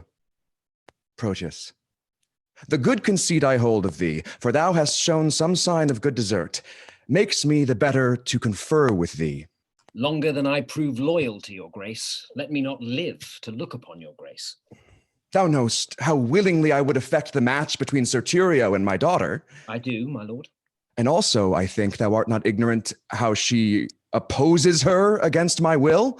She did, my lord, when Valentine was here. Aye, and perversely she perseveres so. What might we do to make the girl forget the love of Valentine and love Sir Thurio? The best way is to slander Valentine with falsehood, cowardice, and poor descent. 3 things that women highly hold in hate. Aye, but she'll think that it is spoke in hate. Aye, if his enemy deliver it. Therefore, it must with circumstance be spoken by one whom she esteemeth as his friend. Then you must undertake to slander him. And that, my lord, I shall be loath to do. 'Tis an ill office for a gentleman, especially against his very friend. Where your good word cannot advantage him, your slander never can endamage him. Therefore the office is indifferent, being entreated to it by your friend. You have prevailed, my lord. If I can do it by aught that I can speak in his dispraise, she shall not long continue love to him. But say this weed her love from Valentine, it follows not that she will love Sir Thurio. Therefore, as you unwind her love from him, lest it should ravel and be good to none, you must provide to bottom it on me. It must be done by praising me as much as you in worth dispraise Sir Valentine. And Proteus, we dare trust you in this kind, because we know, on Valentine's report, you are already love's firm votary, and cannot soon revolt and change your mind. Upon this warrant, shall you have access where you with Silvia may confer at large, for she is lumpish, heavy, melancholy, and for your friend's sake will be glad of you. Where you may temper her by your persuasion to hate young Valentine and love my friend. As much as I can do, I will effect. But you, Sir Thurio, are not sharp enough. You must lay lime to tangle her desires by wailful sonnets whose composed rhymes should be full fraught with serviceable vows. Aye, much is the force of heaven-bred poesy. Say that upon the altar of her beauty, you sacrifice your tears, your sighs, your heart. Write till your ink be dry, and with your tears moist it again, and frame some feeling line that may discover such integrity. For Orpheus's lute was strung with poet sinews, whose golden touch could soften steel and stones, make tigers tame and huge leviathans forsake unsounded deeps to dance on sands. After your dire lamenting elegies, visit by night your lady's chamber window with some sweet consort. To their instruments tune a deploring dump. The night's dead silence will well become such sweet complaining grievance. This, or else nothing, will inherit her. This discipline shows thou hast been in love. And thy advice this night I'll put in practice. Therefore, sweet Proteus, my direction giver, let us into the city presently to sort some gentleman well skilled in music. I have a sonnet that will serve the turn to give the onset to thy good advice. About it, gentlemen. We'll wait upon your grace till after supper, and afterwards determine our proceedings. Even now, about it. I will pardon you. Exeunt. And that, ladies and gentlemen, is the interval. You now have 10 minutes to go to the bathroom, refresh your drinks, do whatever you would like to do. We will be around for the next 10 minutes preparing for the second half. And if you have any points of discussion that you would like to ask us or anything like that, please put them in the comments. Actors, you are at your liberty to either go and refresh yourselves, or you can join in the discussion if you would like to. Thank you so much, everyone. That's a 10-minute interval, so we'll be back at 20:50 GMT. Thank you so much.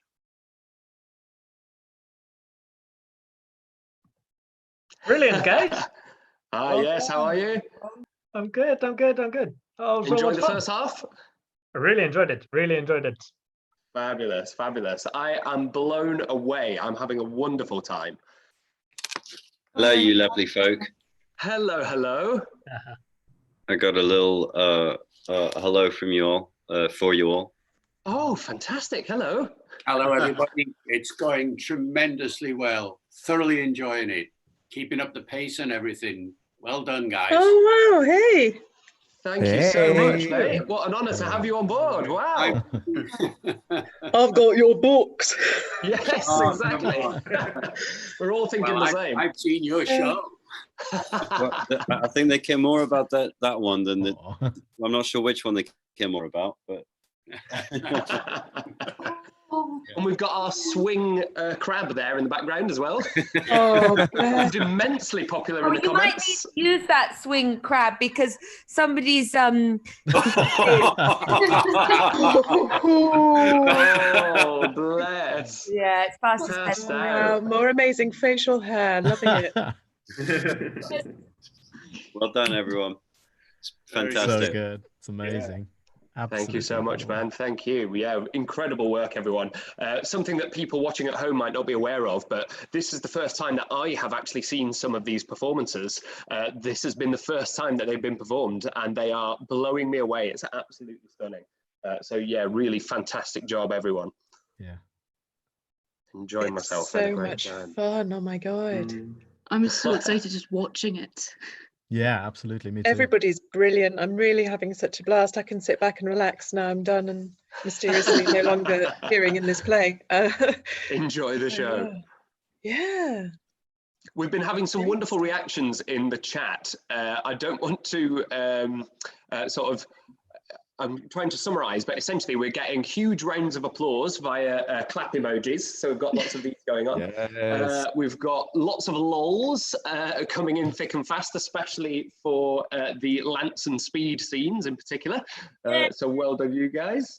It seems like there's some controversy over Proteus and everything he does, which is pretty funny as well. So we're getting some lovely stuff. We've also got people from around the world dropping in. We've had people from many of the United States of America, as well as Copenhagen, I saw earlier. I'm just going back to the beginning of the thread to see if I can find any more. We've definitely got Australia. I think there was someone from Malaysia as well. Incredible. Someone got up at 3 a.m. to join us, which is Amazing. That is commitment. Thank you. Fantastic. Yes, thank you so much, everyone that's watching at home. We can see your comments and all the rest of it, so please do let us know. As I said at the beginning, if you have any charities that can help out actors in need and creatives in need at a time like this, that would be wonderful for you to shout them out in the comments, and we can read them out online so that those who might be watching who are able can donate. Similarly, if you can spot, and this is a good bit of a trivia quiz for the cast as well, the devices that Shakespeare's used that have ended up being redrafted elsewhere, they're coming in thick and fast in the first half.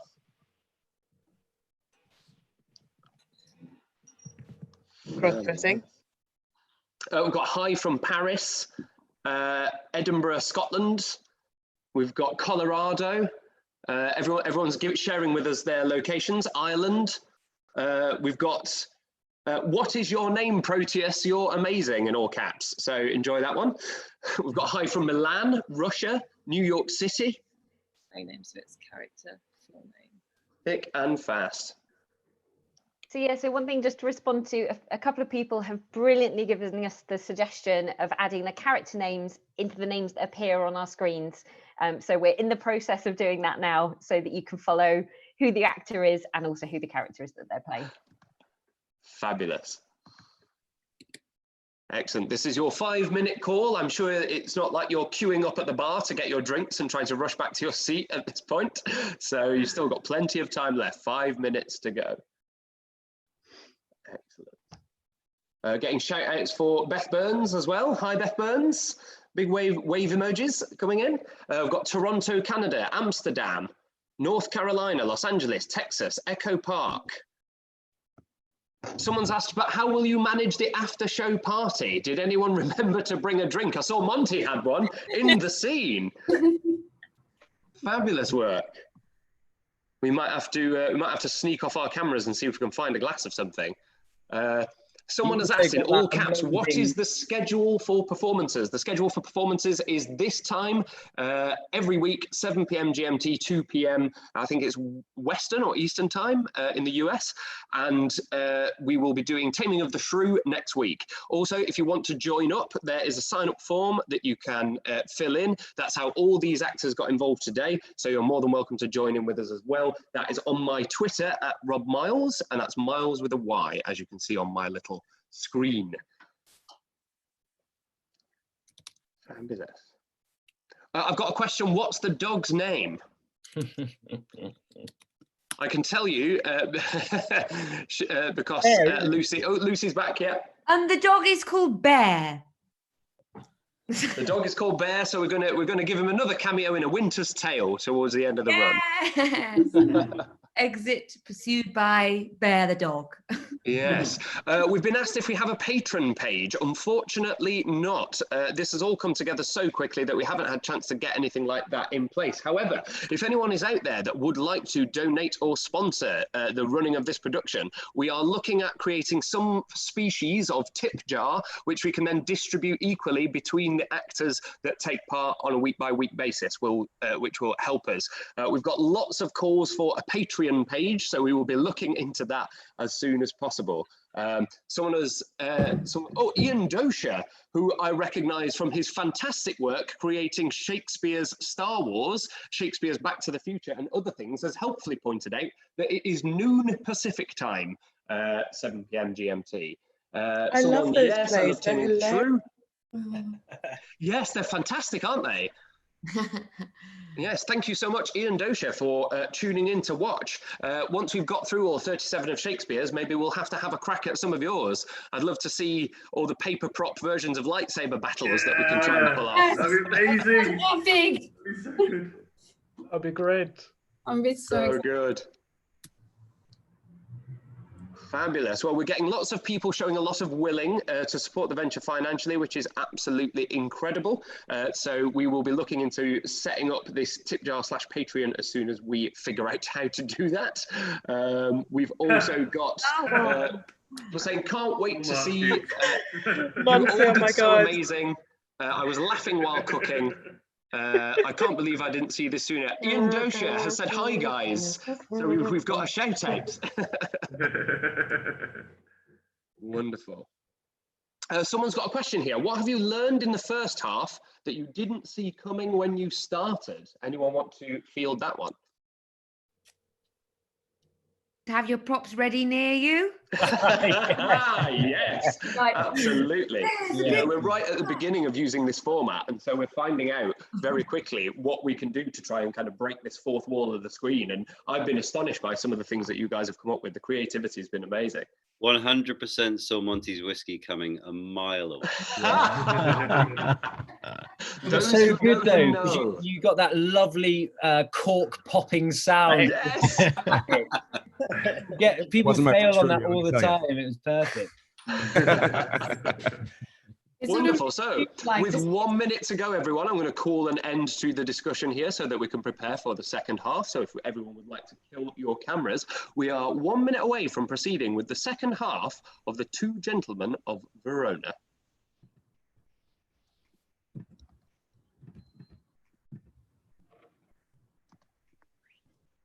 Act 4, Scene 1. Enter Valentine, Speed, and Sutton.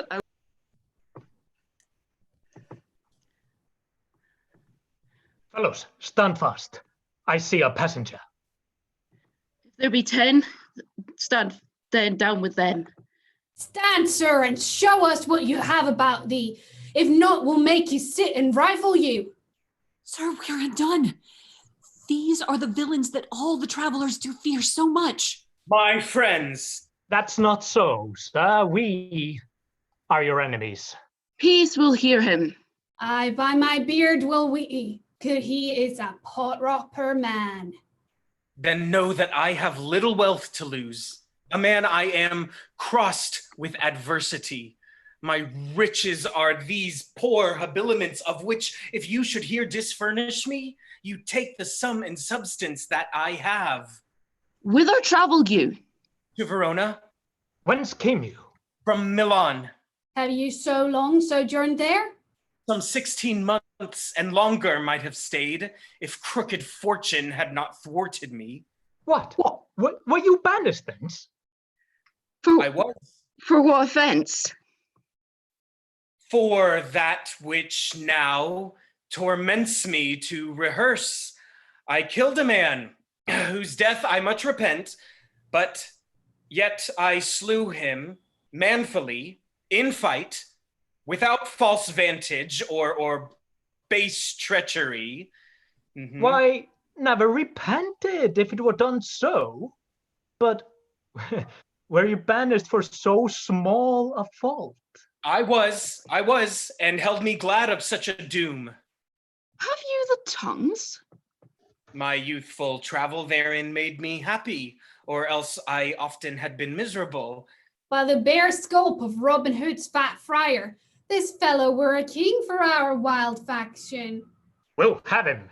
Sirs, a word. The outlaws talk among themselves. Master, be one of them. It's an honorable kind of thievery. Peace, villain!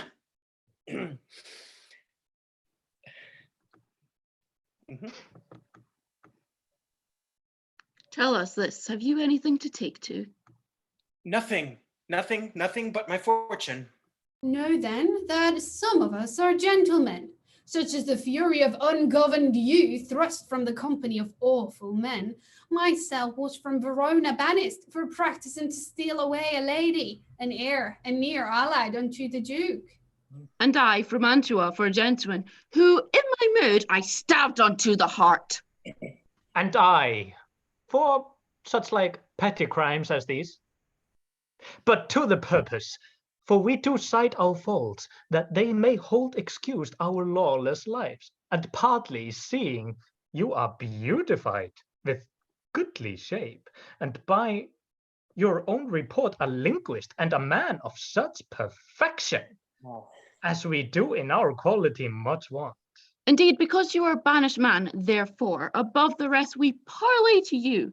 Are you content to be our general, to make a virtue of necessity, and live as we do in this wilderness? What sayst thou? Wilt thou be of our consort? Say aye, and be the captain of us all. We'll do thee homage and be ruled by thee. Love thee as our commander and our king. But if thou scorn our courtesy, thou diest. Thou shalt not live to brag what we have offered. I take your offer, and will live with you, provided that you do no outrages on silly women or poor passengers. No, we detest such vile, base practices. Come, go with us. We'll bring thee to our cruise and show thee all the treasure we have got, with which ourselves all rest at thy dispose. Exeunt. Act 4, Scene 2. Enter Proteus. Already have I been false to Valentine, and now I must be as unjust to Thurio. Under the colour of commending him, I have access my own love to prefer. But Silvia is too fair, too true, too holy to be corrupted with my worthless gifts. When I protest true loyalty to her, she twits me with my falsehood to my friend. When to her beauty I commend my vows, she bids me think how I have been forsworn in breaking faith with Julia, whom I loved.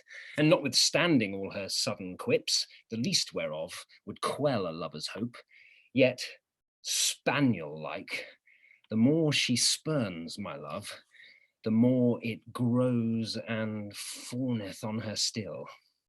But here comes Thurio. Now must we to her window and give some evening music to her ear. Enter Thurio with musicians. How now, Sir Proteus? Are you crept before us? Aye, gentle Thurio, for you know that love will creep in service where it cannot go. But I hope, sir, you do not love here? Sir, but I do, or else I would be hence. Who? Silvia? Aye, Silvia, for your sake. I thank you for your own. Now, gentlemen, let's tune and twit lustily a while. Enter host and Julia, dressed in boys' clothes as Sebastian. Now, my young guest, methinks you're melancholy. I pray you, why is it? Marry, mine host, because I cannot be merry. Oh, come, we'll have you merry. I'll bring you where you shall hear music and see the gentleman that you asked for. But shall I hear him speak? Aye, that you shall. That will be music. Music sung. Hark. Is he among these? Aye, but peace. Let us hear him. Who is Silvia? What is she? That all our swains commend her. Holy, fair, and wise is she. The heavens such grace did lend her, that she might admired be. Is she kind as she is fair? For beauty lives with kindness. Love doth to her eyes repair, to help him of his blindness, and being helped inhabits there. Then to Silvia let us sing, that Silvia is excelling. She excels each mortal thing upon the dull earth dwelling. To her let us garlands bring. Oh, now. Are you sadder than you were before? How do you do, man? The music likes you not. You mistake. The musician likes me not. Why, my pretty youth? He plays false, father. How? Out of tune with the strings? Not so, but yet so false that he grieves my very heartstrings. You have a quick ear. Aye, I would deaf. It makes me have a slow heart. I perceive you do not delight in music. Not a whit, and it jars so. Hark. Oh, with fine changes in the music. That change is the spite. You would always have them play but one thing. I would always have one play but one thing. But, host, doth this Sir Proteus that we talk on often resort unto this gentlewoman? I tell you what Launce, his man, told me. He loved her out of all nick. Where is Launce? Gone to seek his dog, which tomorrow, by his master's command, he must carry for a present to his lady. Peace! Stand aside. Humble pass. Sir Thurio, fear not you. I will so plead that you shall say my cunning drift excels. Where meet we? At St. Gregory's Well. Farewell. Exit Thurio and musicians. Enter Silvia above. Madam, good even to your ladyship. And thank you for your music, gentlemen. Who is that spake? One, lady, if you knew his pure heart's truth, you would quickly learn to know him by his voice. Sir Proteus, as I take it. Sir Proteus, gentle lady, and your servant. What's your will? That I may compass yours. You have my wish.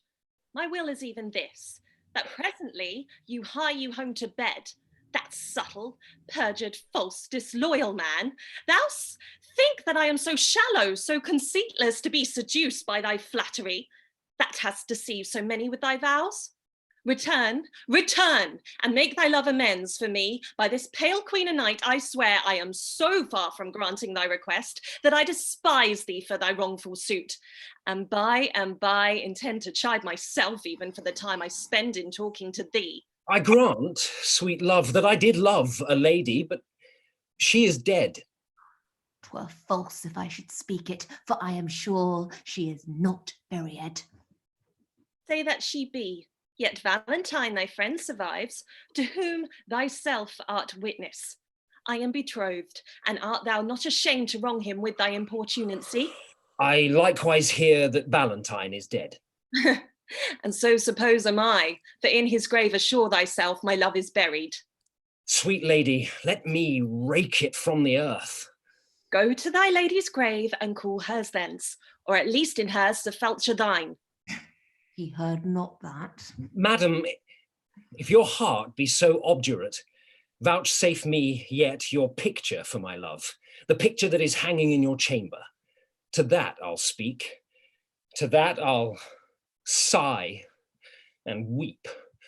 For since the substance of your perfect self is else devoted, I am but a shadow, and to your shadow will I make true love.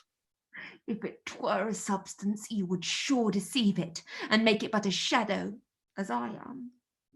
I am very loath to be your idol, sir. For since your falsehood shall become you well, to worship shadows and adore false shapes, send to me in the morning, and I'll send it. And so good rest. As Exit wretches have Silvia. o'ernight that wait for execution in the morn. Exit Proteus. Host, will you go? Ah, by my halidom, I was fast asleep. Pray you, where lies Sir Proteus? Mary, at my house. Trust me, I think 'tis almost day. Not so, but it hath been the longest night that e'er I watched, and the most heaviest. Exeunt. Act 4, Scene 3. Enter Eglamour. This is the hour that Madam Silvia entreated me to call and know her mind. There is some great matter she employ in me. Madam, madam. Enter Silvia above. Who calls? Your servant and your friend, one that attends your ladyship's command.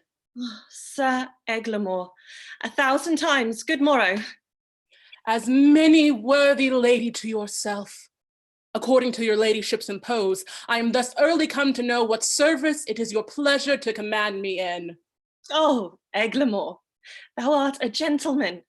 Think not I flatter, for I swear I do. Valiant, wise, remorseful, well accomplished.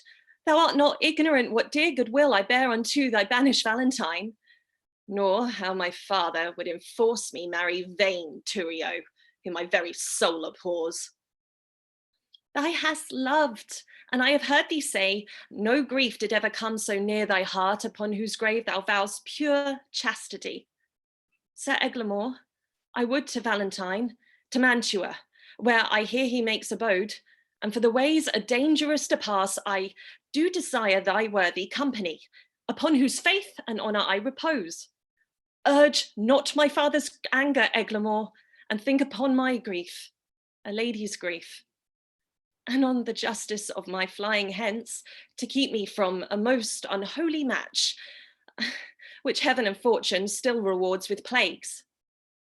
I do desire thee, even from a heart as full of sorrows as the sea of sounds, to bear me company and go with me. If not, to hide what I have said to thee, that I may venture to depart alone. Madam, I pity much your grievances, which, since I know they virtuously are placed, I give consent to go along with you, reckoning as little what betideth me as much I wish all good fortune before you. When will you go? This evening coming. Where shall I meet you? At Friar Patrick's cell, where I intend holy confession. I will not fail your ladyship. Good morrow, gentle lady. Good morrow, kind Sir Eglamour. Exeunt. Act 4, Scene 4. Enter Launce with his dog Crab. When a manservant shall play the cur with him, look you, it goes hard. One that I brought up a puppy, one that I saved from drowning when 3 or 4 of his blind brothers and sisters went to it. I have taught him, even as one would precisely say, thus I would teach a dog. I was sent to deliver him as a present to Mistress Silvia from my master, and I came no sooner into the dining chamber, but he steps me to her trencher and steals her capon's leg. Oh, 'tis a foul thing when a cur cannot keep himself in all companies. I would have, as one should say, one that takes upon him to be a dog, indeed, to be, as it were, a dog at all times. Ah, if I had not more wit than he to take a fault upon me that he did, I think verily he had been hanged for it. Sure, as I live, he had suffered for it. You shall judge. He thrusts himself, into the company of 3 or 4 gentlemen like dogs under the Duke's table. He had not been there, bless the mark. Oh, a pissing while, but all the chamber had smelt him. Out with the dog, says one. What cur is that, says another. Whip him, says a third. Hang him, says the Duke. I, having been acquainted with the smell before, knew it was crap. And it goes me to the fellow that whips the dogs. Friend, quoth I, you mean to whip the dog? Aye, marry I do, quoth he. You do him the more wrong, quoth I. 'Twas I did the thing you wot of. He makes me no more ado, but whips me out the chamber. How many masters would do that for his servant? Nay, I'll be sworn I have sat in the docks for puddings he had stolen. Otherwise, he had been executed. I have stood on the pillory for geese he had killed. Otherwise, he had suffered for it. Thou thinkest not of this now. He's sleeping. Nay, I remember the trick you served me when I took my leave of Madam Silvia. Did not I bid thee still mark me and do as I do? When didst thou see me heave up my leg and make water against a gentlewoman's farthingale? Didst thou see me ever do such a trick? Enter Proteus and Julia as Sebastian. Sebastian is thy name. I like thee well, and will employ thee in some service presently. In what you please, I'll do what I can. I hope thou wilt. How now, you whoreson peasant? Where have you been these 2 days loitering? Marry, sir, I carried Mistress Silvia's, the dog you bade me. And what says she to my little jewel? Marry, she says your dog was a cur and tells your cur stanks is good enough for such a present. But she received my dog. No, indeed did she not. Here have I brought him back again. What, didst thou offer her this from me? Aye, sir. The other squirrel was stolen from me by the hangman's boys in the marketplace. And then I offered her my own, who is a dog as big as 10 of yours, and therefore the gift the greater. Go, get thee hence, and find my dog again, or ne'er return again into my sight. Away, I say. Stayest thou to vex me here? A slave that still an end turns me to shame. Exit Launce with Crab. Sebastian, I have entertained thee partly that I may need of such a youth that can with some discretion do my business, for 'tis no trusting to yond foolish lout, but chiefly for thy face and thy behaviour, which, if my augury deceive me not, witness good bringing up, fortune and truth. Therefore knowest thou, for this I entertain thee. Go presently and take this ring with thee. Deliver it to Madam Silvia. She loved me well, delivered it to me. It seems you love not her to leave her token. She is dead, belike? Not so, I think she lives. Alas! Why dost thou cry, alas? I cannot choose but pity her. Wherefore shouldst you pity her? Because methinks that she loved you as well as you do love your Lady Silvia. She dreams on him that has forgot her love. You dote on her that cares not for your love. 'Tis pity love should be so contrary, and thinking on it makes me cry, alas! Well, give her that ring, and therewithal this letter. Tell my lady I claim the promise for her heavenly picture. Your message done, hie home unto my chamber, where thou shalt find me sad and solitary. Exit Proteus. How many women would do such a message? Alas, poor Proteus, thou hast entertained a fox to be the shepherd of thy lambs. Alas, poor fool, why do I pity him that with his very heart despiseth me?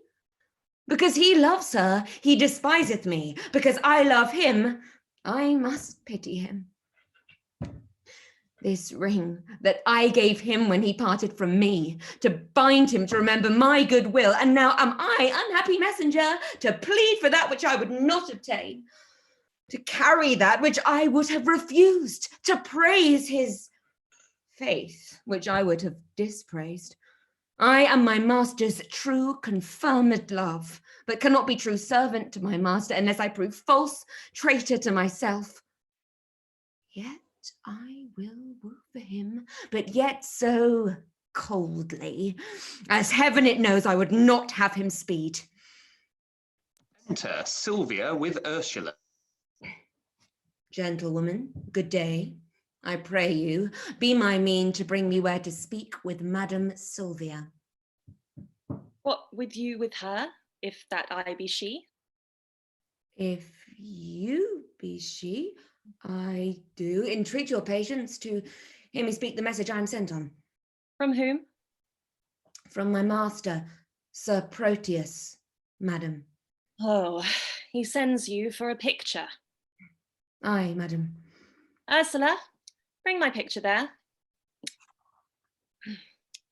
Go, give this to your master. Tell him from me one Julia that his changing thought forget would better fit his chamber than this shadow. Madam, please you peruse this letter. Pardon me, madam. I have unadvised delivered you a paper that I should not.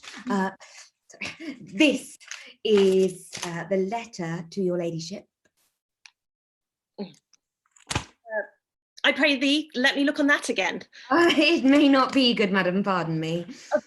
There, hold. I will not look upon thy master's lines. I know they are stuffed with protestations full of new-found oaths, which he will break as easily as I do tear this paper. Madam, he sends your ladyship this ring. The more shame for him that he sends it me, for I have heard him say 1,000 times his Julia gave it to him at his departure. Though his false finger have profaned the ring, mine shall not do his Julia so much wrong. She thanks you. What sayst thou? I thank you, madam, that you tender her. Poor gentlewoman, my master wrongs her much. Dost thou know her? Almost as well as I do know myself. To think upon her woes, I do protest that I have wept 100 several times. Belike she thinks that Proteus hath forsook her. I think she does, and that's her cause of sorrow. Is she not passing fair? She hath been fairer, madam, than she is, when she did think my master loved her as well. She, in my judgment, was as fair as you. But since she did neglect her looking glass and threw her sun-expelling mask away, the air hath starved the roses in her cheeks and pinched the lily tincture of her face, that now she is become as black as I. How tall was she? About my stature. For at Pentecost, when all our pageants of delight were played, our youth got me to play the woman's part. And I was trimmed in Madame Julia's gown, which served me as fit by all men's judgment, as if the garment had been made for me. Therefore, I know she was about my height. And at that time, I made her weep a good, for I did play a lamentable part. Madam, 'twas Ariadne passioning for Theseus's perjury and unjust flight, which I so lively acted with my tears that my poor mistress, moved therewithal, wept bitterly. And would I be dead if I in thought felt not her very sorrow? She is beholden to thee, gentle youth. Oh, alas, poor lady, desolate and left. I weep myself to think upon thy words. Here, youth, take my purse. I give thee this for thy sweet mistress' sake, because thou lovest her well. Farewell. Exit Silvia with attendants. And she shall thank you for it, if e'er you know her. A virtuous gentlewoman, mild and beautiful. I hope my master's suit will be but cold, since she respects my mistress's love so much. Alas, how love can trifle with itself. Here is her picture. Let me see. I think if I had such attire, this face of mine were full as lovely as this of hers. And yet the painter flattered her a little, unless I flatter myself too much. Well, her hair is auburn, mine is perfect yellow. If that be all the difference in his love, I'll get me such a coloured periwig. Her eyes are as grey as glass, and so are mine. Aye, but her forehead's low and mine's high. What should it be that he respects in her, but I can make respective in myself? If this fond love were not a blinded god. Come, shadow, come and take this shadow up. For 'tis thy rival. Oh, thou senseless form, thou shalt be worshipped, kissed, loved and adored. And were there sense in his idolatry, my substance should be the statue in thy stead. I'll use thee kindly for thy mistress's sake, that used me so, or else, by Jove, I vow I should have scratched out your unseething eyes to make my master out of love with thee. Exit Act 5, Scene 1. Enter Eglamour, Silvia. The sun begins to gild the western sky, and now it is about the very hour that Silvia at Friar Patrick's shell should meet me.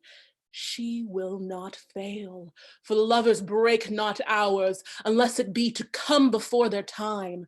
So much they spur their expedition. See where she comes. Lady, a happy evening. Amen. Amen. Go on, good Eglamour. Out at the postern by the abbey wall. I fear I am attended by some spies. Fear not. The forest is not 3 leagues off. If we recover that, we are sure enough. Exeunt. Act 5, Scene 2. Enter Thurio, Proteus, Julia as Sebastian. Sir Proteus, what says Silvia to my suit? Oh, sir, I find her milder than she was, and yet she takes exceptions at your person. What? Oh, that my leg is too long. No, that it is too little. I'll wear a boot to make it somewhat rounder. But love will not be spurred to what it loathes. What says she to my face? She says it is a fair one. Oh, nay, then the wanton lies. My face is black. But pearls are fair, and the old saying is, black men are pearls in beauteous ladies' eyes. True, Such pearls as put out ladies' eyes, for I had rather wink than look on them. How likes she my discourse?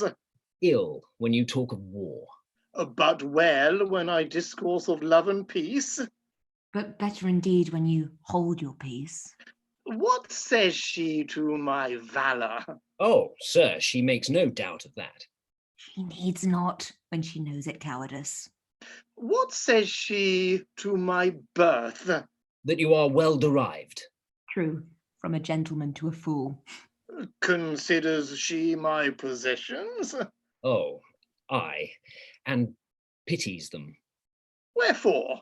That such an ass should owe them. That they are out by lease. Here comes the Duke. Enter Duke. Oh, how now, Sir Proteus? How now, Thurio? Which of you saw Eglamour of late? Not I. Not I. Saw you my daughter? Neither. Why then, she's fled unto that peasant Valentine, and Eglamour is in her company. 'Tis true, for Friar Lawrence met them both as he in penance wandered through the forest. Him he knew well, and guessed that it was she, but being masked, he was not sure of it. Besides, she did intend confession at Patrick's cell this e'en, and there she was not. These likelihoods confirm her flight from hence. Therefore, I pray you, stand not in discourse, but mount you presently and meet with me upon the rising of the mountain foot that leads toward Mantua, whither they are fled. Dispatch, sweet gentlemen, and follow me. Exit Duke.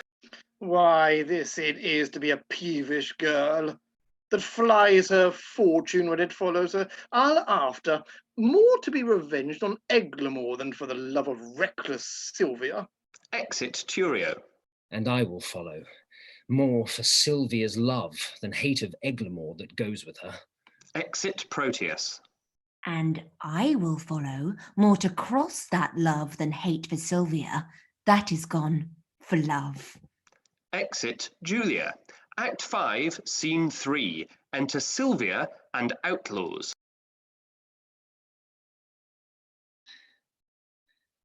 Come, come. Be patient. We must bring you to our captain. 1,000 more mischances than this one have learned me how to brook this patiently. Come, bring her away. Where's the gentleman that was with her? Being nimble-footed, he hath outrun us, but Moises and Valerius follow him. Go thou with her to the west end of the wood. There is our captain. We'll follow him that's fled. The thicket is beset, he cannot escape. Exit second and third outlaws.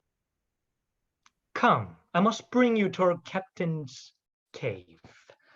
Fear not, he bears an honorable mind and will not use a woman lawlessly.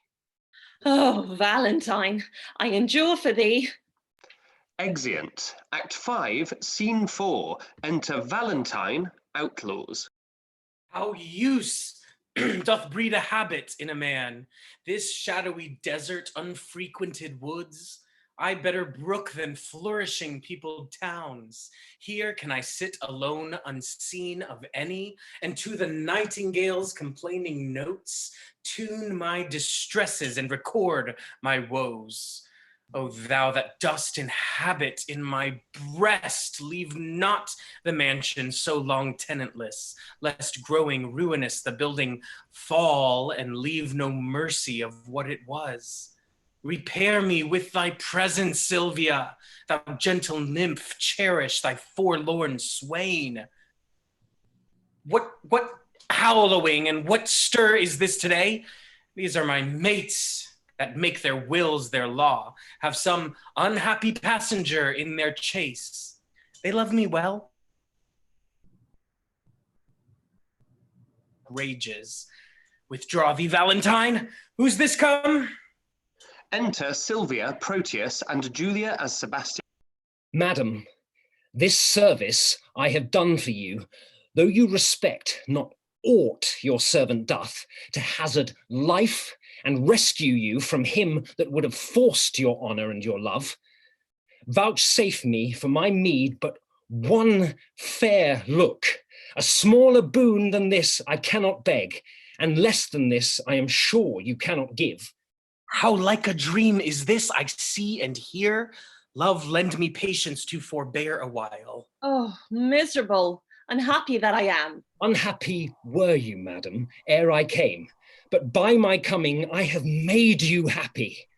By thy approach thou makest me most unhappy. And me when he approacheth to your presence. Had I been seized by a hungry lion, I would have been a breakfast to the beast rather than have false Proteus rescue me. Oh, heaven, bejudge how I love Valentine, whose life's as tender to me as my soul, and full as much, for more there cannot be. I do detest false, perjured Proteus, therefore be gone, solicit me no more. What dangerous action, stood it next to death, would I not undergo for one calm look? Oh, 'tis the curse in love, and still approved, when women cannot love where they're beloved. When Proteus cannot love where he's beloved? Read over Julia's heart, thy first, best love, for whose dear sake thou didst then rend thy faith into 1,000 oaths, and all those oaths descended into perjury to love me. Thou hast no faith left now, unless thou'st two, and that's far worse than none. Better have none than plural faith, which is too much by one, thou counterfeit to thy true friend. In love, who respects friend? All men but Proteus. Nay, if the gentle spirit of moving words can no way change you to a milder form, I'll woo you like a soldier at arm's end, and love you gainst the nature of love. Force ye. Oh, heaven! I'll force ye yield to my desire. Ruffian! Let go that rude, uncivil touch, thou friend of an ill fashion. Valentine. Thou common friend, that's without faith or love. For such a friend now, treacherous man, thou hast beguiled my hopes, not but mine eye could have persuaded me. Now I dare not say I have one friend alive. Thou wouldst disprove me. Who should be trusted when one's right hand is perjured to the bosom, Proteus? I am sorry I must never trust thee more, but count the world a stranger for thy sake. The private wound is deepest, O most time accursed.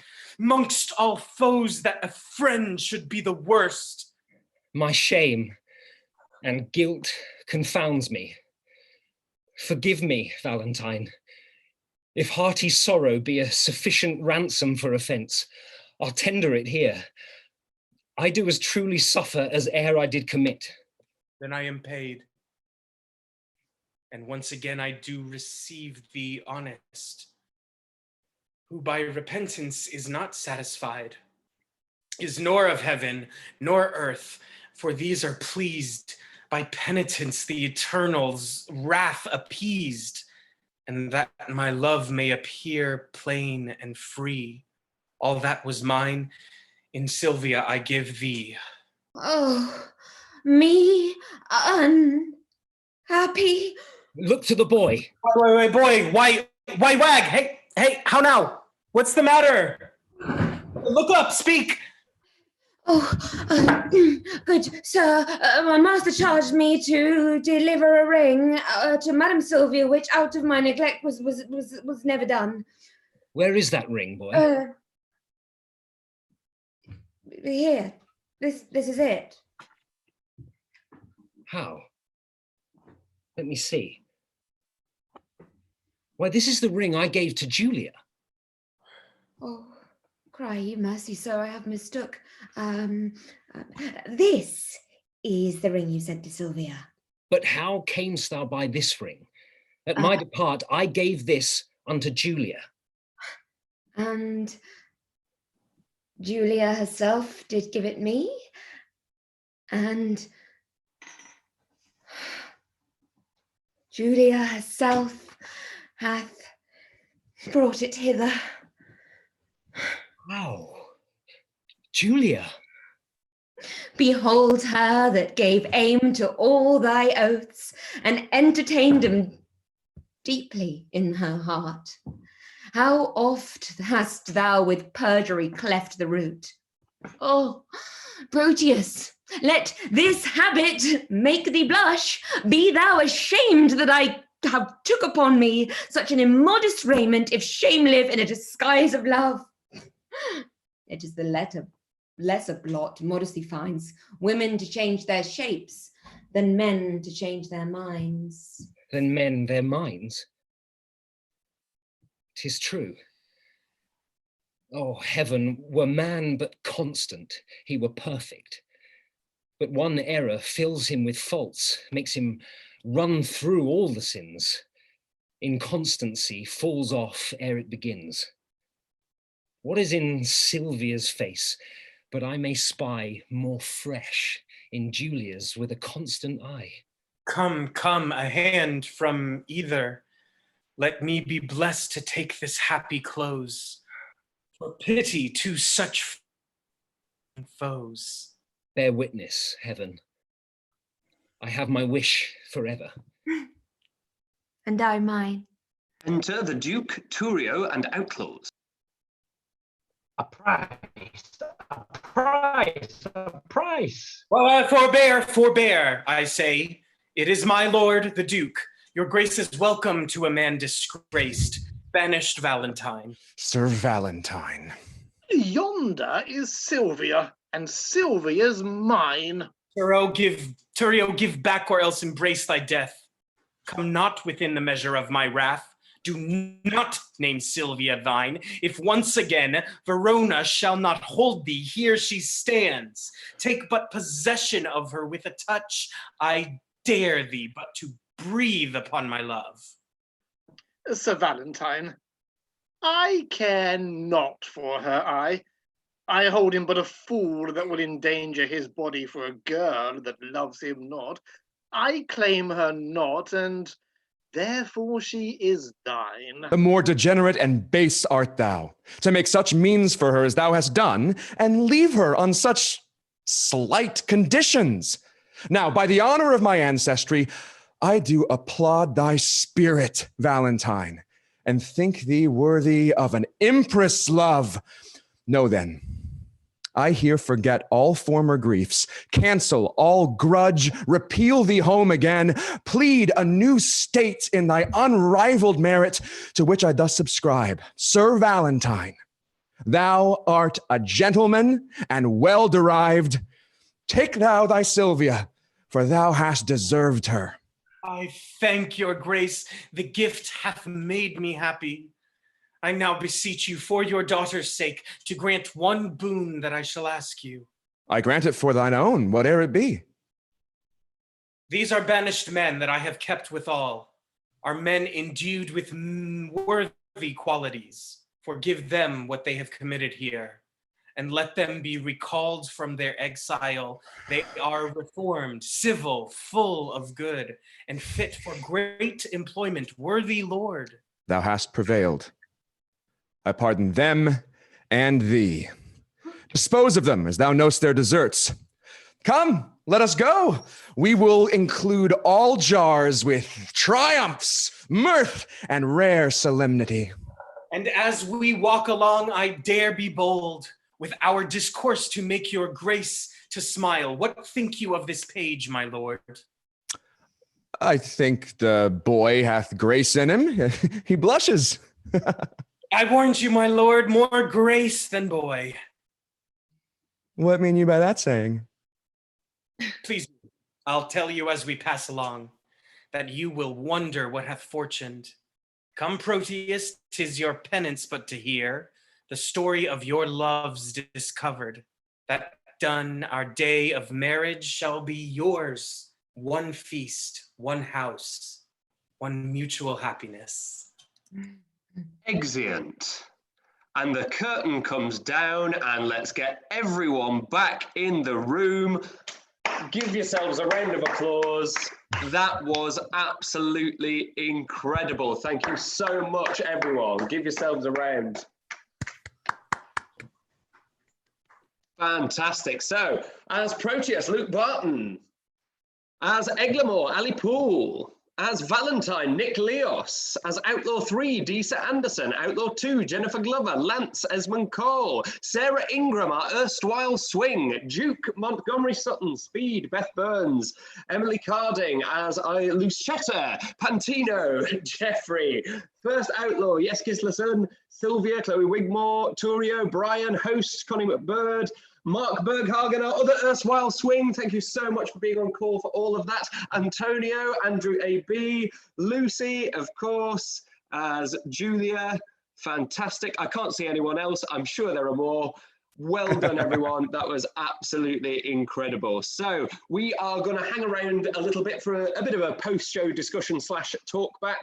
Host Bonnie MacBird, there you are. Yeah, I missed somebody. So if you are interested in sticking around and asking us some questions, please do. Actors, you have given so much already. If you need to pop off at this point, you are, of course, more than welcome. Thank you so much for your extraordinary contributions tonight. We couldn't have asked for a better start. And finally, our producer, Sarah Peachey. Fabulous. And keeping the train on the rails. Wonderful. Oh, wow. We are being absolutely overwhelmed with clapping emojis. We've got some crying emojis. Wow. Made my whole week. So much joy. Thank you. Thank you. Wow. Well done. Great job, everyone. Hooray. Yay, I'm such a broad beam dog. now. Bravo from Canada. That was brilliant. Thank you. Fabulous. You're all going to have to go on the chat after this finishes once the historic upload finishes converting. Where is the chat? What, on YouTube, is it? Yeah, it's on YouTube, the stream. Yes, I will send you guys the link, and it's going to be available for people to view after this kind of finishes. We go off live. YouTube will then convert it into a video that can just sit there historically. And I believe all the chat stuff should be there as well. So we are going to be back this time next week with a host of many new actors. Thursday, 7 p.m. On GMT or 12 noon Pacific time with the Taming of the Shrew. Very, very exciting. We got some great spots from people in the audience of different plays that were being called out. Did you guys spot any? Silvia. Yeah. Friar Lawrence thing. Friar Lawrence Friar in the Lawrence woods. comes out of nowhere. It's trustworthy. That Someone Friar said something about Romeo and Juliet feel. Yes, yeah, absolutely, yeah. Major Romeo and Juliet vibes. 12th Night as well. We've got all this confusion with the ring. Sebastian being well, yeah, exactly. cross-dressed. When she disguises herself as a boy, then she has the name of Viola's brother in 12th Night. So it's like, oh yeah, I'll use that. These little ripples. Yeah. Yes, absolutely. There's so many little things. We noticed another one, something about your tongue in your tail, which if you tune in next week, you'll probably recognise because that's coming up. So there's wordplay in there that he's recycling as well, because obviously as the producer of a theatre, time is money, and if you've got a good gag, why not use it again? Not everybody saw it. You know, Fabulous. there's one person we didn't applaud, Rob. Oh, yes. And that's you. Aw. For Rob. Yay. Thank you so very much, everyone. And thank you, of course, to Ben Crystal, our absolute star, for joining us throughout the day for rehearsals and also for introducing the play for today. That was extraordinary. Thank you so much, everyone. So we will be doing. We've got here. Can you include a list of the actors somewhere, like in the description of the video? You can find a list of the actors on my Twitter @RobMyles, and under the pinned tweet about this event, you'll see all of the casting, the companies that they've worked for before, and all that kind of stuff as well. Yes, plenty to find @RobMyles on Twitter, and I'll attempt to put it somewhere else as well. Not much in the way of questions coming through right now. It's mostly just applause in a variety of different shades of hand clapping emojis. So please feel free to imagine the rapturous sound that is making. At our peak, we had something like, I think, nearly 700 people watching at once. People have come and gone throughout the day. So an extraordinary response for the first night. We've got all sorts of messages flooding in still. We've got Shakespeare can't get enough of Hero and Leander references as well. Right. Yeah, one of his favourites. Hand clapping emojis. So please feel free to imagine the rapturous. Who's got the stream on? I love that. That's now going to like loop for them forever.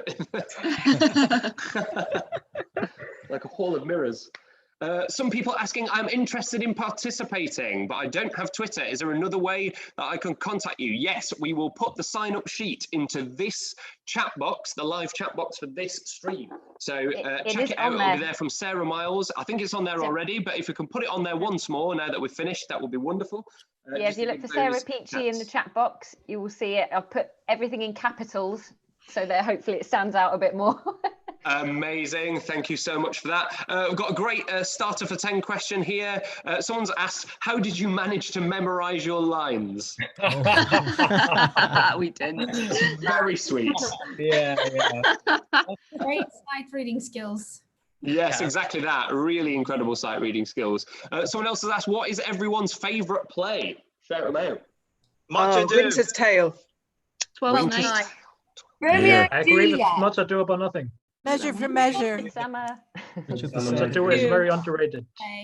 Henry IV Part 1.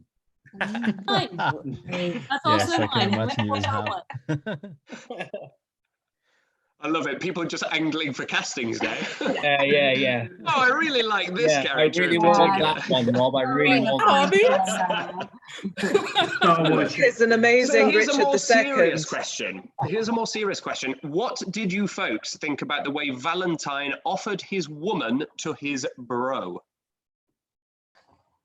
I think it's just such an odd. No. The whole way that that it's resolved is. Right. I honestly, even as we were performing, it just feels almost like Shakespeare got to that point and then he went, early days, presuming it's early days writing, and then he went, oh God, I actually don't know how to end this. All right, everyone goes off happily, and he says sorry. They go, yeah, all right, fair enough, and then everyone goes home. But it comes so jarringly. I think you just go like, whoa, what's just happened? And then, like that, it just... Yeah, I like to think, because Shakespeare obviously uses a lot of antithesis, where he takes opposites and he puts them really close to each other in order to release more energy out of the metaphors and the imagery and things like that. And I like to think that this was him almost like testing where the line is for how much antithesis you can put in and how close together. Yeah. And he definitely found the line, because that is over. That is way over. It's a bit of a crazy one. Someone has asked, will we consider non-Shakespeare plays as live broadcasts? We'll certainly consider them. We have no idea how long this kind of lockdown is going to last.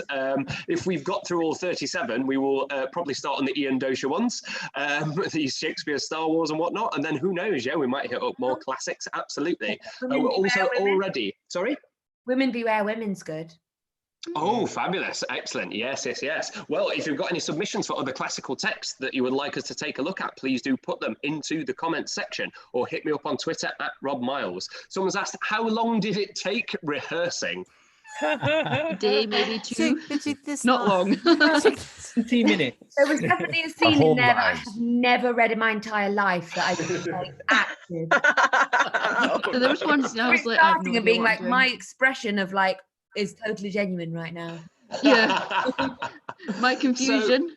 It was. I was like, what's happening? We had probably, in terms of contact time, we probably had maximum a day and a half in total across all of the actors. So everyone has done an absolutely extraordinary job sweating the text, finding those opportunities, eking out the sense and making it clear for the audience. Everyone has done that work 90% of the time on their own. And then occasionally we've got together in a rehearsal room that looks much like this one to interact and think about some of those prop business, which by the way has been a smash hit in the comments. People absolutely loving the prop business, so we'll have to keep seeing what opportunities we can exploit there. But yeah, it's come together in no time at all, so it's been wonderful, really wonderful. I'll say it again. I know I mentioned it earlier, but Exit Pursued by Bear cannot wait. It's coming. Someone has asked, is fan art okay? Is fan art okay? Yeah. It is more than okay. I'm sure you would be making some people's lives if That you is an were to do honor. some fan art. Fan art. Yes. Like, you know you do Please. well. You've got some fan I art. would like some fan art. Ben, Yes. hello Ben. Ben's with us. Fantastic. How I've are you, been- mate? How did you find it? Oh, I loved it. Luke, I was going to say, exit pursued by a bear. We only have to wait 38 weeks. I was going to say, yeah. No way, is that how Something to look forward to. Time to work it out, isn't it? Find a bear. Stay online, right? This streaming thing is going to carry on. It's not going to stop now. We're going to keep going for the next. We're going to keep going for as long as we can. was so Absolutely, yeah. fun. Yeah, it really was. I honestly felt like I was backstage, like pacing in the corridor, looking in the mirror. I was hearing my cue. I was sprinting back in, turning the camera off. Yeah, that was So the funniest good. thing actually. The chat window just turned into this backstage. Where are the outlaws? The outlaws. 1, 2, 3. Where are the out? Are we on? Are we on? Are we not? Shrugs. It was just so funny. Apparently, we have two this morning I entries. said it was such a privilege to have pre-show nerves at a time like this. Like, I'm so glad that my adrenaline's been running all day, because that was a feeling I didn't think I would get to feel for a long, long time. Unfortunately, it looks like we're going to get to feel it every week now, which is absolutely delightful. Hey, I don't know about anyone I else. can't wait as but- well as we start to hear the audience more. Our backstage chat will become exactly like backstage in the wings, where we'll be like, That's what I mean. Yeah. oh, they're quiet. Comments tonight, guys. Do you want to up the ante? Yeah, you can tell it's a matinee in America, can't you? People are leaving the room. Yeah, that'll be it. You'll be looking at how many's tuned in. Yeah. Down to like 5, and you're like, okay, guys. Yeah. Someone has asked, can we get a dog in every play? That's our Shakespeare. Yes, exactly. Yes. I think this is the one and only time that he No, put a dog in a play. there are two more. Love and a bit with Are a there? dog. That's Ben, what they tell us want. the others. There's Midsummer Night's Dream. Yes. My Yes, dog. this dog, my dog. Yeah. Yes. The dog in the When moon. I had a dog, Albus audition. Dumbledog was once in a production of Midsummer Night's Dream with us that we did outside at the RSC's Dell, and Albus Dumbledog played one of the mechanicals, and he stole the show. It's amazing. If And any- also Beth, huge isn't there? props. Out damn spot in the dog scene. Yeah. There's Props for Albus Dumbledog as well. That's incredible. And Ben, what was the other one? Well, if anyone's played Beatrice in Much Ado, Yes, Beatrice. Yeah. there's an argument from a lovely actress, a dear friend, Emma Pallant, who says that as Beatrice, she'd rather hear her dog bark than a man. Yeah. And it's her dog rather than a dog. So Yes, it's possessive. Absolutely. So I love all that kind of stuff. It's one of my Helena. big joys with this. Helena, go on. Helena, I'm your spaniel. Twist. Fabulous. But it is one of my great joys with Shakespeare is kind of mining the text for those implicit stage directions and clues. It's so much fun. So much fun. I've got Albus some more Dumbledog questions. is going viral. Yes, go on, Sarah. I've kept a couple of other questions people have put in the chat. One was, did you find something new in the play, acting it like this? So doing it through this format, is there something new that you guys discovered? I think in doing the asides, that creates something different, because normally you'd have an audience there, but this is like to the lens. So doing that when you don't know the text is calm, because you're like camera line. I actually didn't know this text at all, so I just discovered this text by doing this. I mean, like, I might be biased, but this is the funniest version of this play that I've seen, and I was just sitting back and watching most of it, obviously, and you guys were just hilarious. This was so pacey. It was so funny. And to have the close-up reactions, actually, Lucy, your face at one point was just freaking gold. To see those faces in close-up while that shit's going down was just like, but for camera brilliant. acting, Just you're like added so normally much. like, oh, I should do it really like subtle for reenacting, but I feel like I didn't do that at all, really. I think I was very subtle. I think it was my most subtle performance that I've given. I'm really quite proud of it, actually. Lucy, I think Internalized you kind of got something there. Maybe. No, other side. I haven't washed for a while. I got a bit something happened. Luke, you look like I know you're not supposed to be touching your face, right? I was just going to say. I loved it when she said about being black, and then I was like, yes, good move. I was just going to say there was a funny thing of like, you know, being conscious of the fact that you're on a screen and it's smaller, but like the impulse as you because the language is so muscular. You just like you want to start like acting about and being on a stage and physicalizing it. It's actually very interesting actually to try and contain all of those impulses as they come. It's really interesting. And also it's acting. Yeah. The song, oh my god. Oh. Yeah, the song. That was brilliant. And the kissing as well. Yeah. Superb. Yeah. Someone has asked us, did you rehearse alone or together? And the answer is mostly alone and very occasionally together. In the case of, I can see Montgomery laughing over there because he has literally showed up on time, no communication, no contact. I'm slightly starting to panic. And then he's just like, I'm here, let's go, and smashes it with the park. It was absolutely extraordinary. Loved it. Wonderful. Up sometimes. I had a question for Chloe. Is she still here? Yes, hello. Hey, what was it like not getting to say anything at the end? It's really weird. It was kind of like what we were saying earlier about it, sort of him trying to still obviously figuring out his kind of writing style, because Silvia is so ahead of her time. You know, she champions the other women. She's feisty. She stands up to her dad. So then to be just got to stand there and play like, I don't know, ping pong, kind of watching everyone be like, oh, it was very weird. It actually felt very against what she kind of should be doing, but I guess it was probably the bard still testing the waters and how he writes, and yeah, so it was interesting, but it was lovely to hear what everyone else was doing and just let everyone else do their thing and be able to sit back on that as well. It's weird, right? Like around the same time he wrote Taming the Shrew, and Kate gets to speak entirely at the end. Yeah, exactly. Yeah. Almost auditioning those options. No, but it was lovely to watch everyone else. It's lovely then when you get the chance to just sit back and just listen and watch everyone else do their thing. You can just be like, this is nice. What am I learning? I think another thing with Taming of the Shrew as well is the disobedient servant, that kind of trope that keeps getting pulled out, because we've got Grumio and all sorts coming up next week, which kind of builds on what we found this week as well. Right, and speed. I will also. I mean, it's all commedia trope, right? I mean, it's almost exactly. I mean, I think Servant of Two Masters is very much a model for that. Yeah, absolutely. Yeah, great shout. Someone has said best interpretation of Shakespeare ever. So we this is good. Back, everyone.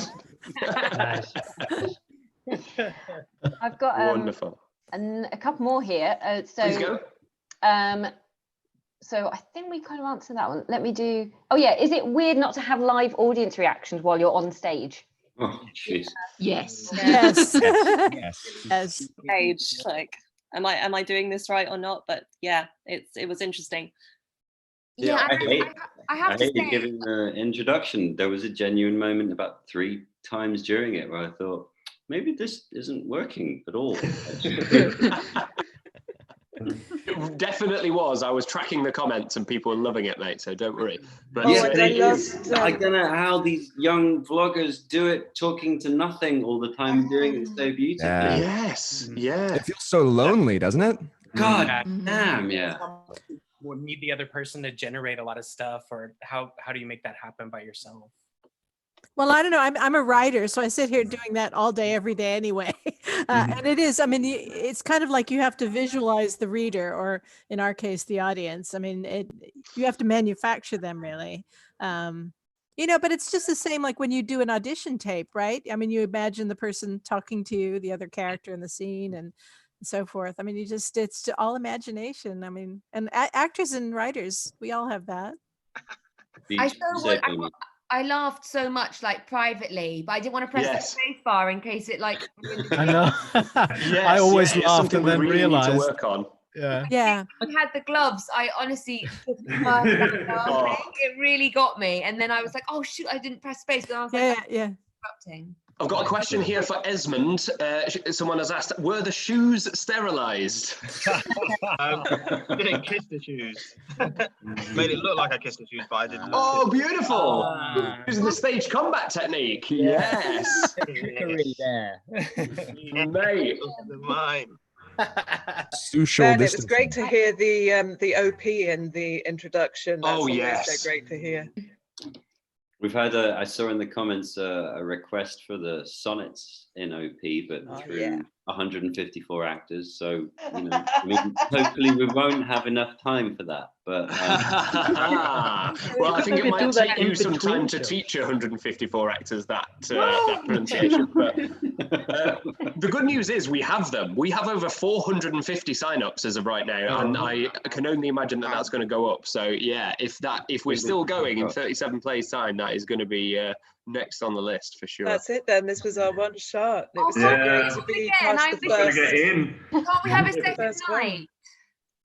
Can we have a second night? Yeah, shall we come back tomorrow?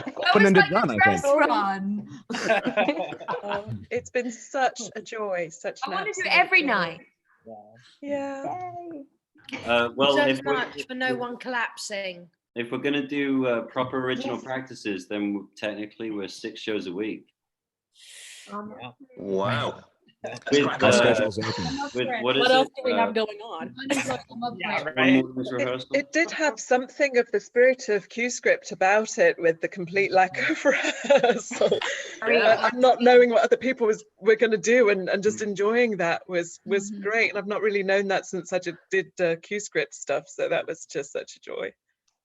It also made you like listen a lot more. Like there was a bit where they were obviously talking about Silvia, and they were like, I never realized how much she'd like been crying, and that's why then I was like, crap, I've got to go to my face with some water, like to make it look like. That was so good, Chloe. Yeah, that was so funny. Really lovely. Somebody I've got someone here has said trainers like this online, so I'm going to do a very quick plug and rip the band-aid off and say that I do online one-to-one Shakespeare coaching. If that is something that you are interested in, you can get in touch with me about that. I'm moving swiftly on. Someone said new play every night, right? So we could get this done in just over a month. Totally. I've got a friend on Messenger asking if we could do Cardenio. Oh, lovely. So there was the RSC restored version of Cardenio, which I was in a version of it at uni. I played the very, very rapey lead. Oh, wow. That's based on Don Quixote, right? Is that Cardenio? Yeah, and all kinds of bits are mushed in together to like recreate it. Right. Another question. Do you look at each other during scenes? Are you trying to react to one another? That's a really good question. Trying, yeah. Last scene, I was like, How is it? Whilst operating buttons and reading the text and trying not to lose everything and have things go wrong. Maybe have like a golden rule of just 2 eye lines, like speaking to a prisoner and then, where's the gentleman gone? Da, da, da, da, da. Right. Maybe that works. I tried to have my script quite high up on the screen and a little like tile with your face quite up near the camera, so that it was always a little bit like higher. But it is quite difficult because as well, if you've got a bit where you're sort of changing scene quickly and you've got to quickly pause your microphone or the camera because you've left a scene, it was quite like, oh God, trying to like pause everything. And then I think maybe Peachey was I once on camera just when I should have been in the scene, just running my lines, just like we had to break the ice with that. We had to get one done. I had to get it wrong. Okay, I did it. Fine. I've got a question actually. Someone asked, while we talk about technical stuff, is what would you guys have done if one of you was slightly behind when streaming? And the simple answer to that is our fabulous 2 swings, who we didn't need to use actually in the end. So we've got Mark and Sarah, who was on standby permanently, which was a really tough job. But we did have a couple of little lag bits, but they were very, very short, fortunately. So appreciate everyone bearing with us. But yeah, so they were ready on hand to step in if anyone lost connectivity kind of mid-scene. Which luckily didn't happen.